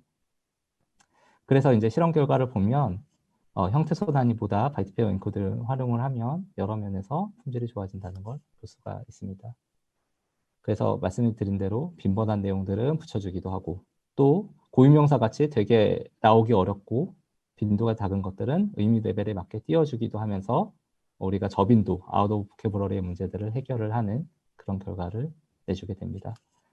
그럼에도 불구하고 지금처럼 이거 이제 BP 한 단위거든요. 한 단위로 봤을 때 활용량이 너무 많이 붙는 이런 문제들은 여전히 존재를 하게 되고요. 이러면 아까 말한 대로 또 사이드 이펙트, 부작용이 나올 수가 있습니다. 그래서 저희가 이제 형태소 시간이 많이 없죠. 네. 형태소 레벨로만 사용하는 빨리 넘어갈게요. 네. 그것보다 뭔 얘기를 했을까요? 이제 당황하기 시작하는데. 네, 이거보다 좀 더 작은 단위에서 활용할 수 있는 최대 범위를 어저리 안내는 형태소 레벨에서 BP를 활용을 하면 좀 더 좋은 결과를 냈다는 걸 실험적으로 잠깐 확인할 수가 있었고요. 더불어서 자소 단위까지 활용을 해봤습니다. 저희가 더 작은 단위인 자소 단위를 쓰면 어떻게 될까? 그 단위로 BP를 쪼개보면.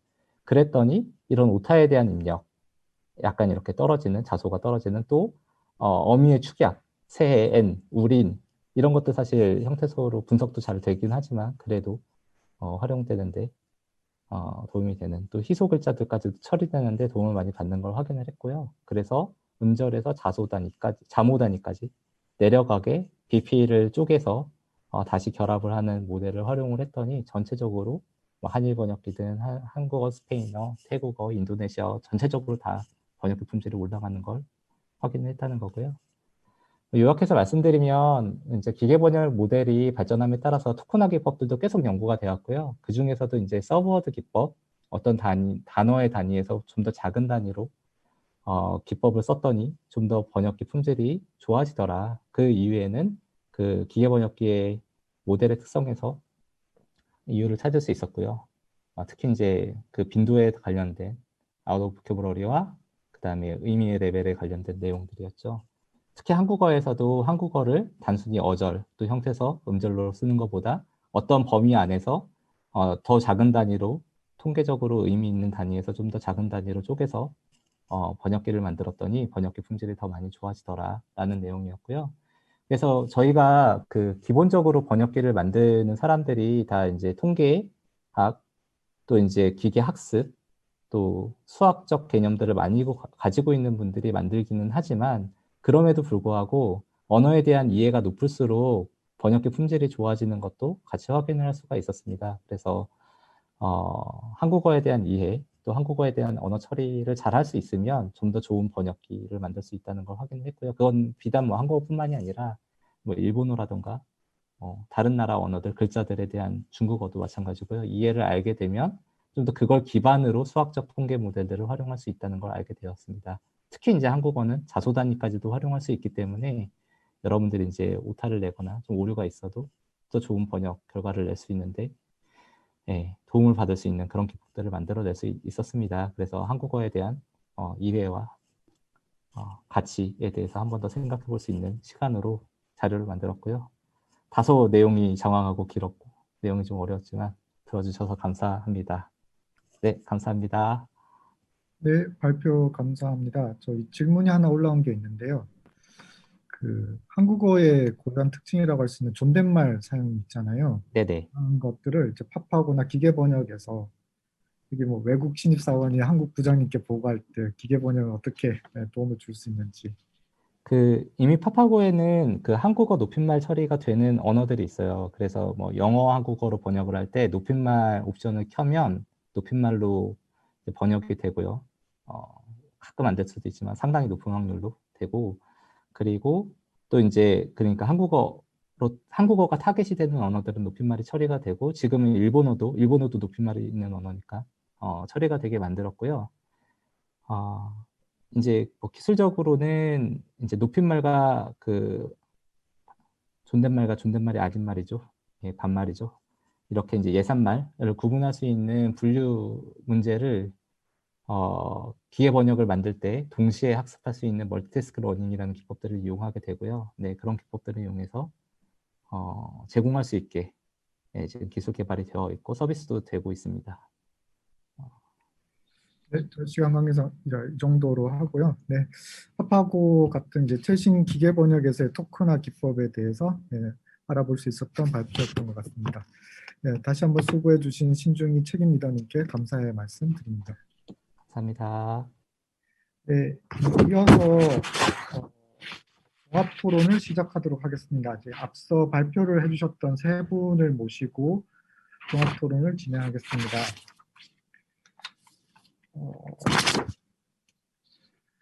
원래 저희가 이제 준비했던 그러니까 조금 이제 종합 토론을 질의응답보다는 저희가 약간 이 업계와 관련해서 이제 직접 이 제품을 만들고 하시는 분들이라서 소위 요즘 AI라고 하는 부분, 그 자연어 처리 실서비스와 관련해서 조금 더 얘기를 나눠볼 수 있는 시간을 가지려고 했는데요.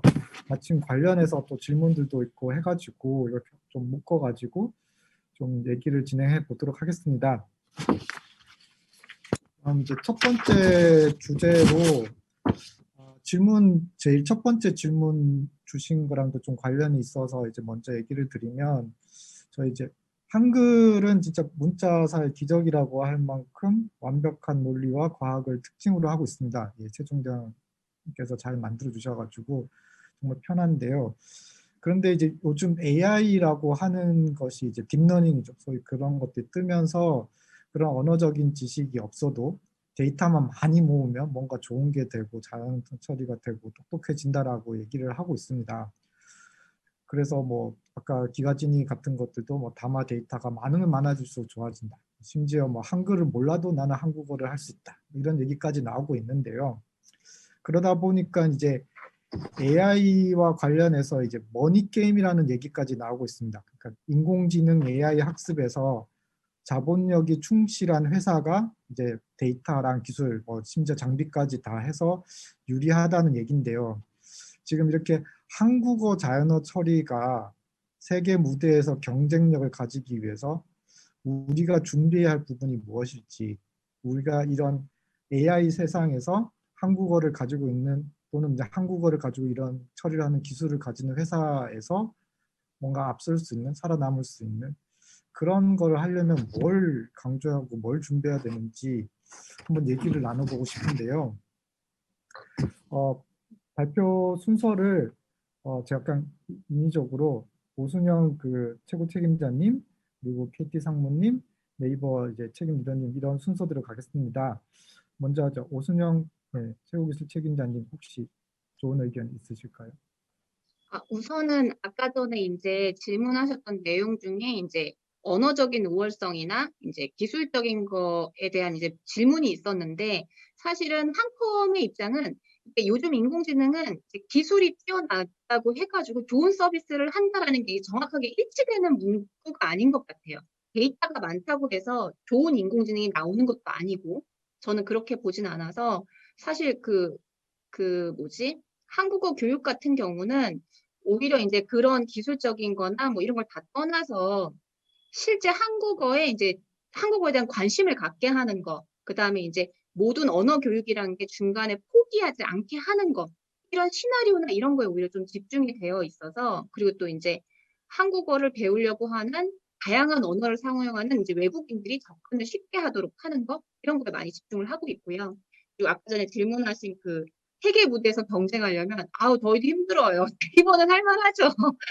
저희는 힘듭니다. 그래가지고 지금 뭐 국가에서 하는 디지털 뉴딜 뭐 이런 걸 통해서 뭐 AI 데이터 학습도 하고 하는데 저는 결국은 사람 이제 이거를 잘 응용하는 사람들, 그다음에 이걸 깊이 있게 하는 사람들, 이 사람들이 조화롭게 존재를 하면 저는 된다고 보고 그리고 이제 결국은 이제 인공지능도 뭐 이렇게 오픈 소스처럼 협력이나 공유 이런 거 없이는 안 되는 것 같아요. 그래서 뭐 다른 업종 간의 협력 아니면 동일 업종 간에서도 서로 협력 이런 것만이 저희가 이제 세계 무대에서 좀 앞서 나간다기보다는 좀 살아남을 수 있는 그 방법이라고 일단 저는 생각을 합니다.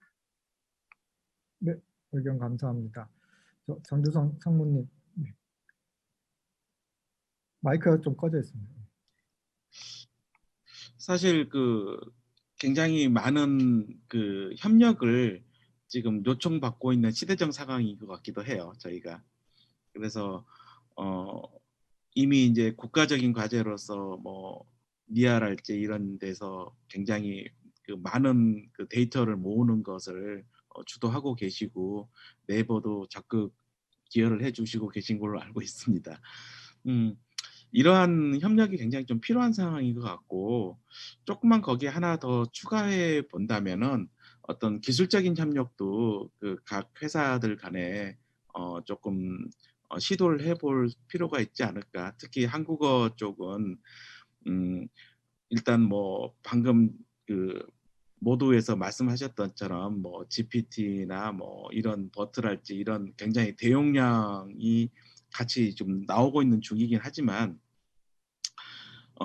궁극적으로 걔를 상용화해서 서비스화 하려면은 한국어에 대한 기본적인 지식들이 그 항상 꼭 필요한 상황인 것 같아요. 그래서 지금은 그런 대용량 언어 모델이나 이런 것만 있으면 모든 게 다 될 것 같은 아주 보랏빛 환상이 막 뭐 뭉게뭉게 피어나고 있는 시점이긴 하지만 일단 그게 이제 상용화되는 시점에 봤을 때는 부족한 점들이 막 군데군데 보일 거고 그걸 메꿀 수 있는 부분들은 한국어에 특화된 기술들이라고 저는 생각을 하고 거기에 필요한 데이터가 분명히 있을 거고 그런 부분들을 지금부터 기술이 있는 회사들끼리 많이 좀 같이 모아서 특히 한국어 언어학자들과 좀 협력을 해서 그런 부분들을 지금 준비하면은 글로벌 업체들이 영어에서 힘들어 나가는 것 못지않게 한국어에서도 빠르게 나갈 수 있지 않을까 그런 생각은 좀 가지고 있습니다. 네, 그럼 KT는 한컴이랑 협력하시는 건가요? 일본어 빠지시고. 네, 네, 네, 의견 감사합니다. 네, 혹시 신중희님은 어떤 생각 가지고 계시는지? 네, 네, AI 머니 게임 데이터. 네, 그 실제로 굉장하죠. 그 구글의 어떤 인프라와 데이터 양과 또 기술력, 또 인력까지도 다 굉장하고요. 뭐 구글뿐만이 아니죠. 뭐 지금 이제 경쟁하고 있는 많은 회사들, 심지어는 이제 뭐 아마존부터 시작해서 애플까지 제조사, 뭐 유통사 관련 없이 진짜 뭐 어마어마하게 많은 회사들이 경쟁을 하고 있는 게 현실이고요. 그게 뭐 자연어 처리도 있고 그 회사들도 다 기계 번역도 해요. 무섭죠. 굉장합니다. 굉장히 많은 돈을 쓰고 있고요. 그래서 이제 대비를 당연히 해야 되고 준비를 해야 되는 게 맞고요. 맞다고 생각을 하고요. 근데 이제 앞서 두 분께서도 말씀해 주셨지만 그 어떤 데이터 양과 인프라만 가지고 어떤 기술과 서비스가 다 완성되는 건 아니라고 저도 생각을 하고요. 대표적으로 이제 제가 기계 번역을 하면서 느낄 수 있는 것들을 뭐 사례적으로 좀 말씀을 드리면 이제 뭐 구글이 데이터가 많으면 굉장히 많을 거잖아요. 특히 영어에 관련된. 그래서 뭐 영어에 관련된 번역기를 만들면 굉장한 품질을 또 보여줄 거라 믿어지죠. 그럼에도 불구하고 저희가 이제 번역기를 실제로 만들어서 품질을 비교해 보면 그 데이터 예상되는 데이터 양과 대비한 품질의 차이가 나지는 않아요. 또 뭐 구글뿐만이 아니라 앞서 말한 기업들 또 마이크로소프트도 그렇고 굉장히 많은 회사들이 사실은 데이터 양과 완전히 비교하거나 또 기술의 어떤 인프라와 그러니까 뭐 인적 규모 또 시스템적 규모와 비례하지만은 않거든요. 그것들을 비춰볼 때 여전히 이제 대용량의 데이터를 어떻게 다뤄야 되는지, 또 그 데이터들을 어떻게 처리해야 되는지에 대한 이해도가 완전히 다 와 있는 것 같지는 않아요. 그리고 여전히 개별적 언어들에 대한 분석 능력과 이해 능력과 기술적 처리 능력이 데이터 양과 인프라의 사이즈와 완전히 다 동일시되어 있지 않기 때문에 저희가 가질 수 있는 강점들을 계속 키워나가면서 그런 준비들을 해나가는 게 중요할 것 같고요. 그럼에도 불구하고 또 이걸 간과할 수만은 없는 건 그거보다 더 극단적으로 데이터가 늘어났을 때 품질이 좋아지는 어떤 퀀텀 점프들이 일어나는 것도 우리는 발견을 하게 됩니다. 이제 뭐 GPT-3가 대표적이 될 수도 있고, 최근 기계 번역에서도 한 번 정도 얼마 안 됐어요. 올 6월에 구글이 또 퀀텀 점프를 한번 했거든요. 상당히 많이 또 좋아지는 걸 발견을 했고, 그래서 제가 생각할 때에는 간과해서도 안 되고 묵인해서도 안 되고요. 또 반대로 너무 두려워해서도 안 되는데요. 그런 상황들이 왔을 때, 그러니까 데이터가 한번 굉장히 많이 모이고 그 기술들로 인해서 점프가 한번 딱 일어났을 때, 그때 일어나는 그 현상들의 개선점과 한계에 대한 이해도가 되게 많이 필요하고요. 그랬을 때 우리가 그거를 데이터적으로 극복을 해낼 건지, 기술적으로 극복해낼 건지, 뭐 두 가지 어떻게 더 차이를 해결해낼 건지를 계속 알아내는 작업, 또 그걸 통해서 좀 더 보다는 자본력이 좀 떨어지지만 그래도 되게 빠르게 이해력을 기반으로 따라잡고 또 발전해 나가서 좀 더 나은, 훨씬 오히려 더 나을 수 있는 나은 이제 품질의 기술의 능력을 갖추는 게 되게 중요하다고 생각하고요. 고마운 일인지 아닌지 모르겠지만 인프라는 계속 가격이 싸지는 것 같아요. 그래서 예전에 되게 비싸게 썼던 인프라들이 계속 가격이 떨어지고, 그러다 보면 저희가 이제 기술의 장벽이 딱 쳐졌을 때 그거를 못 넘어서 죽지 않는 한 인프라 가격이 또 내려가고 하기 때문에 적절하게 또 활용할 수 있는 타이밍에서 다시 더 우리의 강점들을 살려나갔을 때 더 나은 경쟁력을 가질 수도 있을 거라는 생각도 같이 듭니다. 네, 네, 좋은 의견 감사합니다. 저도 요즘 이제 아까 신중희 책임리더님께서 얘기하신 것처럼 이제 데이터 양으로 어느 순간 이제 너무 확 늘어나면서 이제 퀀텀 점프가 딱 생기면서 예전에 저희가 알고 있던 것들이 막 이렇게 깨지고 할 때 좀 놀라기도 하고 당혹스럽기도 한데, 신중희님이 발표하신 내용에는 그래도 여전히 뭐 자모나 음소, 뭐 음절, 뭐 이런 그래도 저희가 익히 아는 그런 요소들이 포함되어져 있는데, 저희가 이제 GPT-3를 이제 만드는 과정에서 이제 얘기되었던 것들이 그 나라의 언어 정보를 하나도 모르는 상태로, 영어는 왜 한 바이트이지만 외국어는 이제 2바이트, 3바이트인데 그 말도 안 되는 그냥 바이트 단위로 잘라도 데이터 양이 많으면 형태소 해석이나 뭐 사전을 쓴 분석과 비슷한 효과가 나면서 또 심지어 그런 거 없이도 더 많은 성능을 낸다라는 얘기가 있어가지고 저희 내부적으로도 실험했던 적이 있거든요. 형태소 단위로 잘라야 되냐, 음절 단위로 잘라야 되냐. 아니, 그런 건 몰라도 돼. 그냥 바이트 단위로만 해도 돼. 근데 이제 말씀하신 대로 저희들이 언어적인 걸 알고 있으니까 더 좋은 성능을 잘 주고 있긴 한데, 왠지 제가 개인적으로 느꼈던 거는 그들이 그냥 언어적인 정보 없이 그냥 무식하게 단순하게 양으로만 해서 만들어서 정말 최고의 성능은 아니지만 가성비 짱인 그런 서비스들을 곧 만들어내지 않을까? 그렇게 이제 그들이 만들어냈을 때 저희들이 가질 수 있는 경쟁력이 뭘까? 아마 그들이 이제 할 수 없는 그런 고가치일 건데, 그런 부분 어떻게 찾아야 될지 정말 고민이 되었습니다. 그래서 좀 진행하기 전에 좀 관련된 질문이 좀 더 있었는데요. KT 쪽은 이제 한국어 말고 이제 더 다른 언어로 더 확대할 계획도 있으신가요? 세계 무대로 진출하셔야죠. 네. 이제 세계 무대를 진출할 생각보다도 국내에서도 외국어를 쓰는 사용자들이 꽤 많이 있습니다. 비근한 예로 이제 저희가 이제 AI 호텔 사업을 진행을 하고 있는데, 호텔에서는 가정에 쓰이는 기가진이와 달리 영어, 중국어, 일본어로 제어되는 기가진이가 들어가요. 그래서 현재 지금도 좀 4개국어로 제어가 가능한 호텔형 기가진이가 있고요. 그래서 이제 그런 부분들을 지금 진행을 하고 있고, 이 부분에 있어서는 저희가 그 뭐 기술을 계속해서 확대해 나가는 그런 전략은 가지고는 있습니다. 현재 언어를 더 확대하는 것까지는 아직 고려하고 있지는 않은 상황입니다. 네, 알겠습니다. 또 관련된 질문이 또 하나 왔는데요. 신중희님, 팝하고 비밀인가요? 트랜스포머 쓰고 계시나요? 아, 트랜스포머요. 예전에 이게 비밀이었거든요. 언제까지 비밀이었냐면 한 2년 전까지는 비밀이었어요. 왜냐하면 트랜스포머로 서비스 만들기가 어렵습니다. 그리고 구글이 트랜스포머로 서비스 안 하고 있었거든요.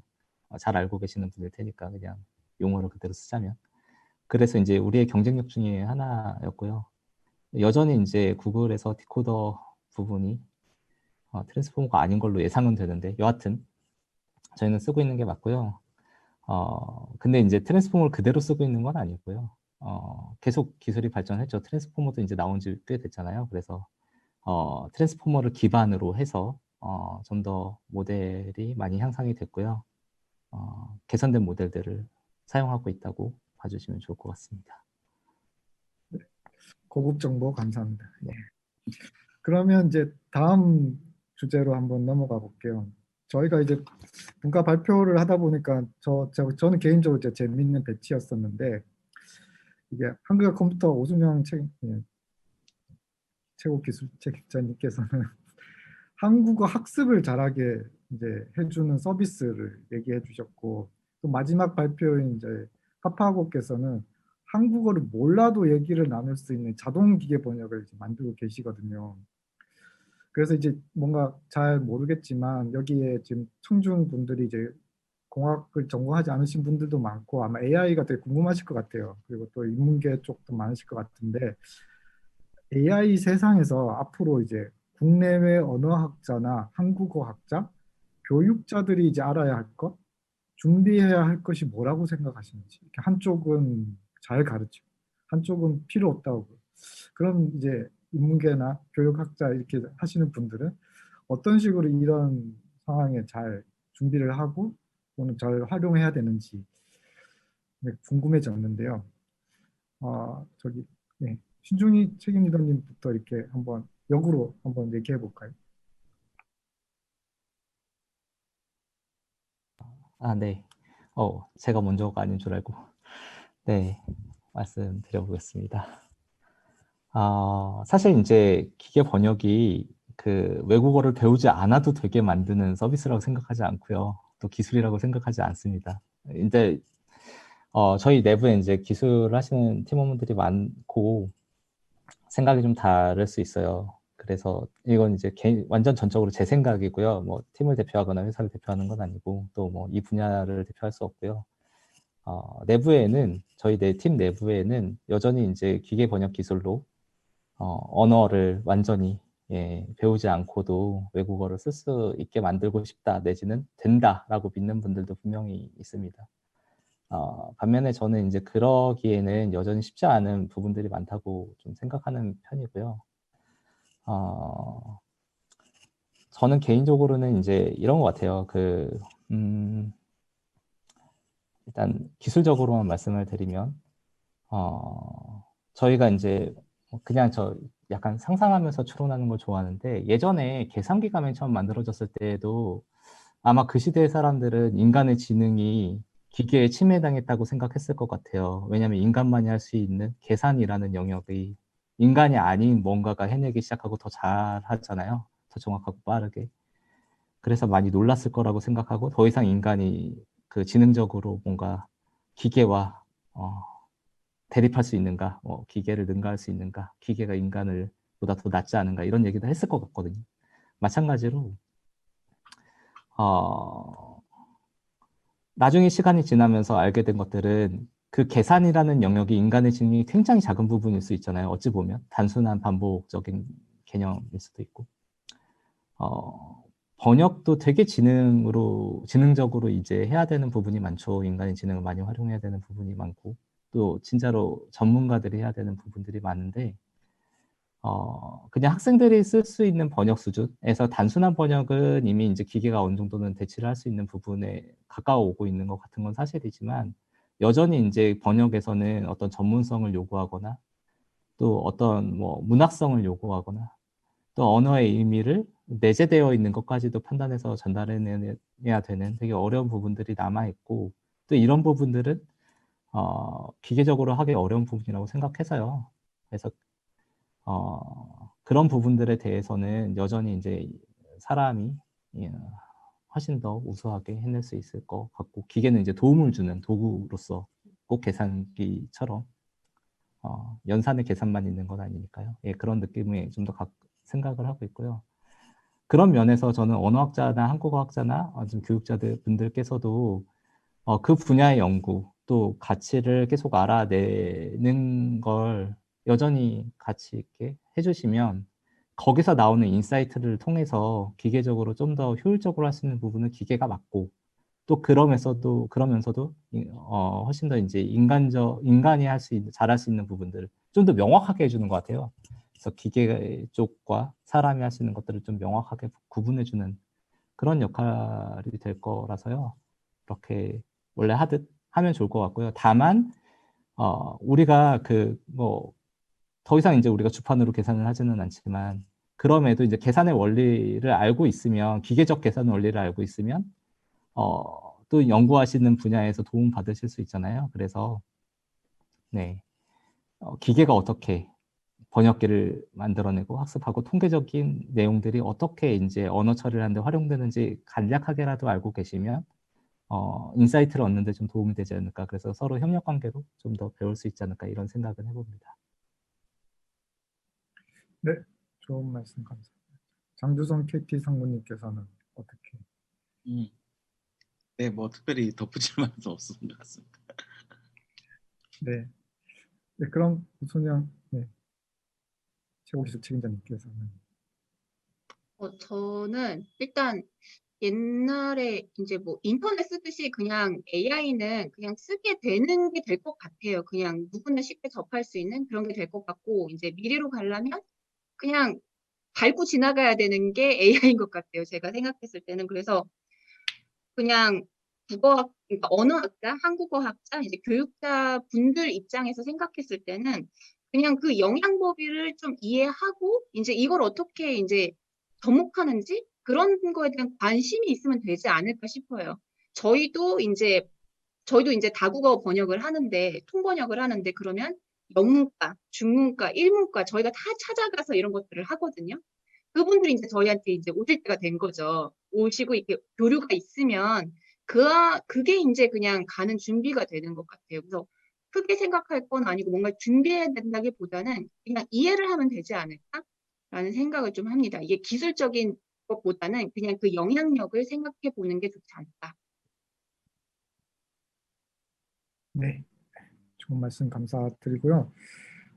마지막 주제인데요. 지금 이제 앞에서 조금 얘기되기도 했지만 어떤 분들은 이제 AI 그러면 아이언맨에 나오는 자비스 이런 거 알파고가 보여준 게 너무 이제 뭔가 이렇게 바뀐 크다 보니까 다들 이제 기대도 많고 걱정도 많거든요.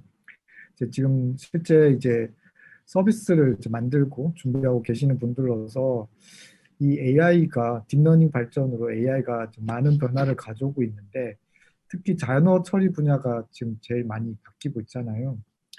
그래서 지금은 한국어 학습, 대화 비서, 기계 번역 등을 이제 얘기하고 계시지만 자연어 처리가 앞으로 어떠한 변화를 가져올 것으로 예상하시는지 한번 이제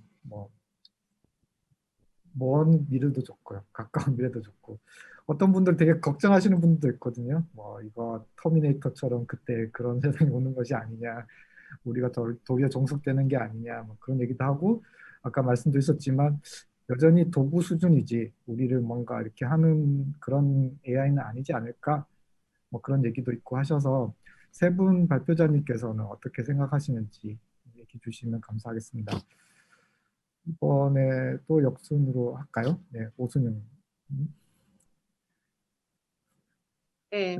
일단은 뭐 GPT-3 얘기를 하는데 그냥 많은 데이터와 많은 컴퓨팅 용량이 필요하다. 그리고 요즘 환경오염까지 얘기했잖아요. AI하고 환경오염까지는 전 생각도 안 해봤는데 이제 그렇게까지 얘기를 한단 말이죠. 그래서 그런데 이제 대부분의 이제 지금 AI 하는 거 보면 다 분야를 나눠서 해요. 저희가 의료면 의료, 법률이면 법률, 그 사각지대가 존재하는 AI거든요.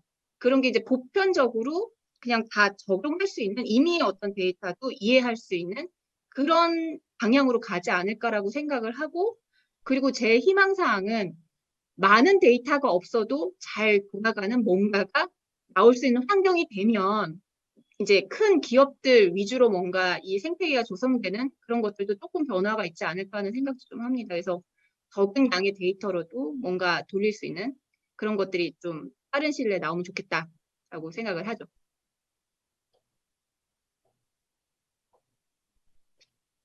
그럼 감사하고 또 장주성님 얘기 드리면 매번 가운데시니까 이번에는 신중인 책임 리더님. 네. 네. 네. 앞서 이제 얘기 많이 했으니까요. 그냥 간략하게 네. 변화. 사실 저는 이제 미래를 막 그렇게 예단해서 생각하는 편이 아니라서요. 지금 현재 있는 것들이 조금이라도 나아지는 방향이었으면 좋겠고요.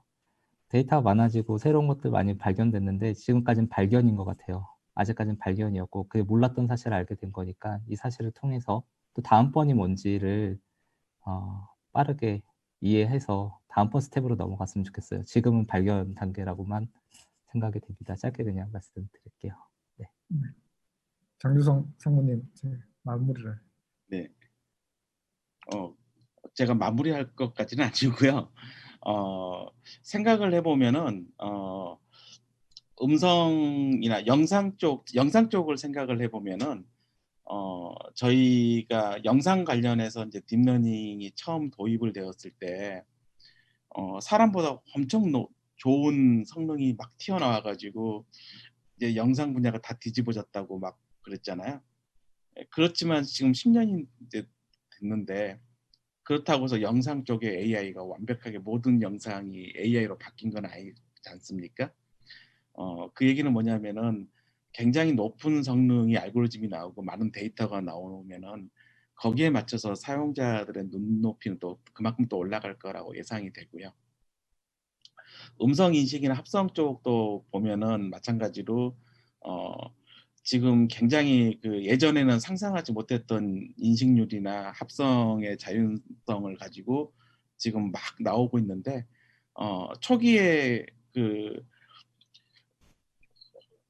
이제 음성 합성 같은 경우에도 구글이 뭐 예를 들어서 뭐 30초 동안 뭐 문장을 하나 생성을 해가지고 만들어서 엄청난 GPU에서 생성하는 엄청난 자연스러운 음성을 보고 이제 저게 언제 상용화가 되나 생각을 했는데 그게 실제 상용화 되는데 지금 1년 반도 안 걸렸거든요.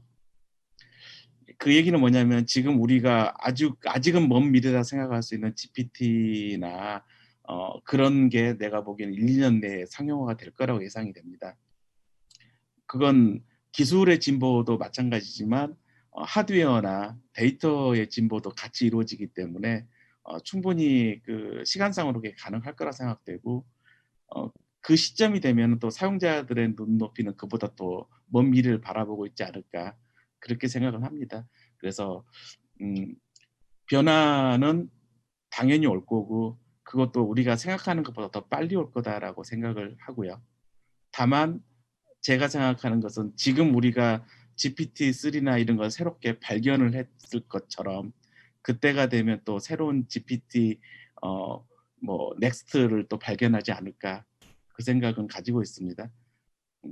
아마 뭐 마무리는 아니지만 제 개인적인 견해로 봤을 때는 끝나지 않는 싸움이 아마 AI와 저희가 인간이 같이 그 협력해서 만들어 나가는 게 앞으로 계속 이어지지 않을까 그 생각은 약간 듭니다. 이상입니다. 네, 훌륭한 마무리 감사합니다. 좀 약속된 시간이 좀 지난 것 같아서요. 네, 이 정도로 마무리하겠습니다. 네, 이상으로 종합 토론을 마무리하도록 하겠습니다. 예, 좀 안내 말씀드리겠습니다. 네, 이것으로 이제 한글 펼침 분과를 마무리하겠습니다. 이제 기술의 발달로 더욱더 펼쳐져 나갈 한글의 미래를 논의할 수 있었던 그 시간이 아니었나 싶습니다. 내일 오전 9시 30분부터 오늘 미처 나누지 못한 자연어 처리와 관련된 내용으로 한글 펼침 제2분과가 진행될 예정이오니 많은 참석 부탁드리겠습니다. 네, 지금까지 강인호였습니다. 네, 감사합니다. 네, 수고하셨습니다. 감사합니다.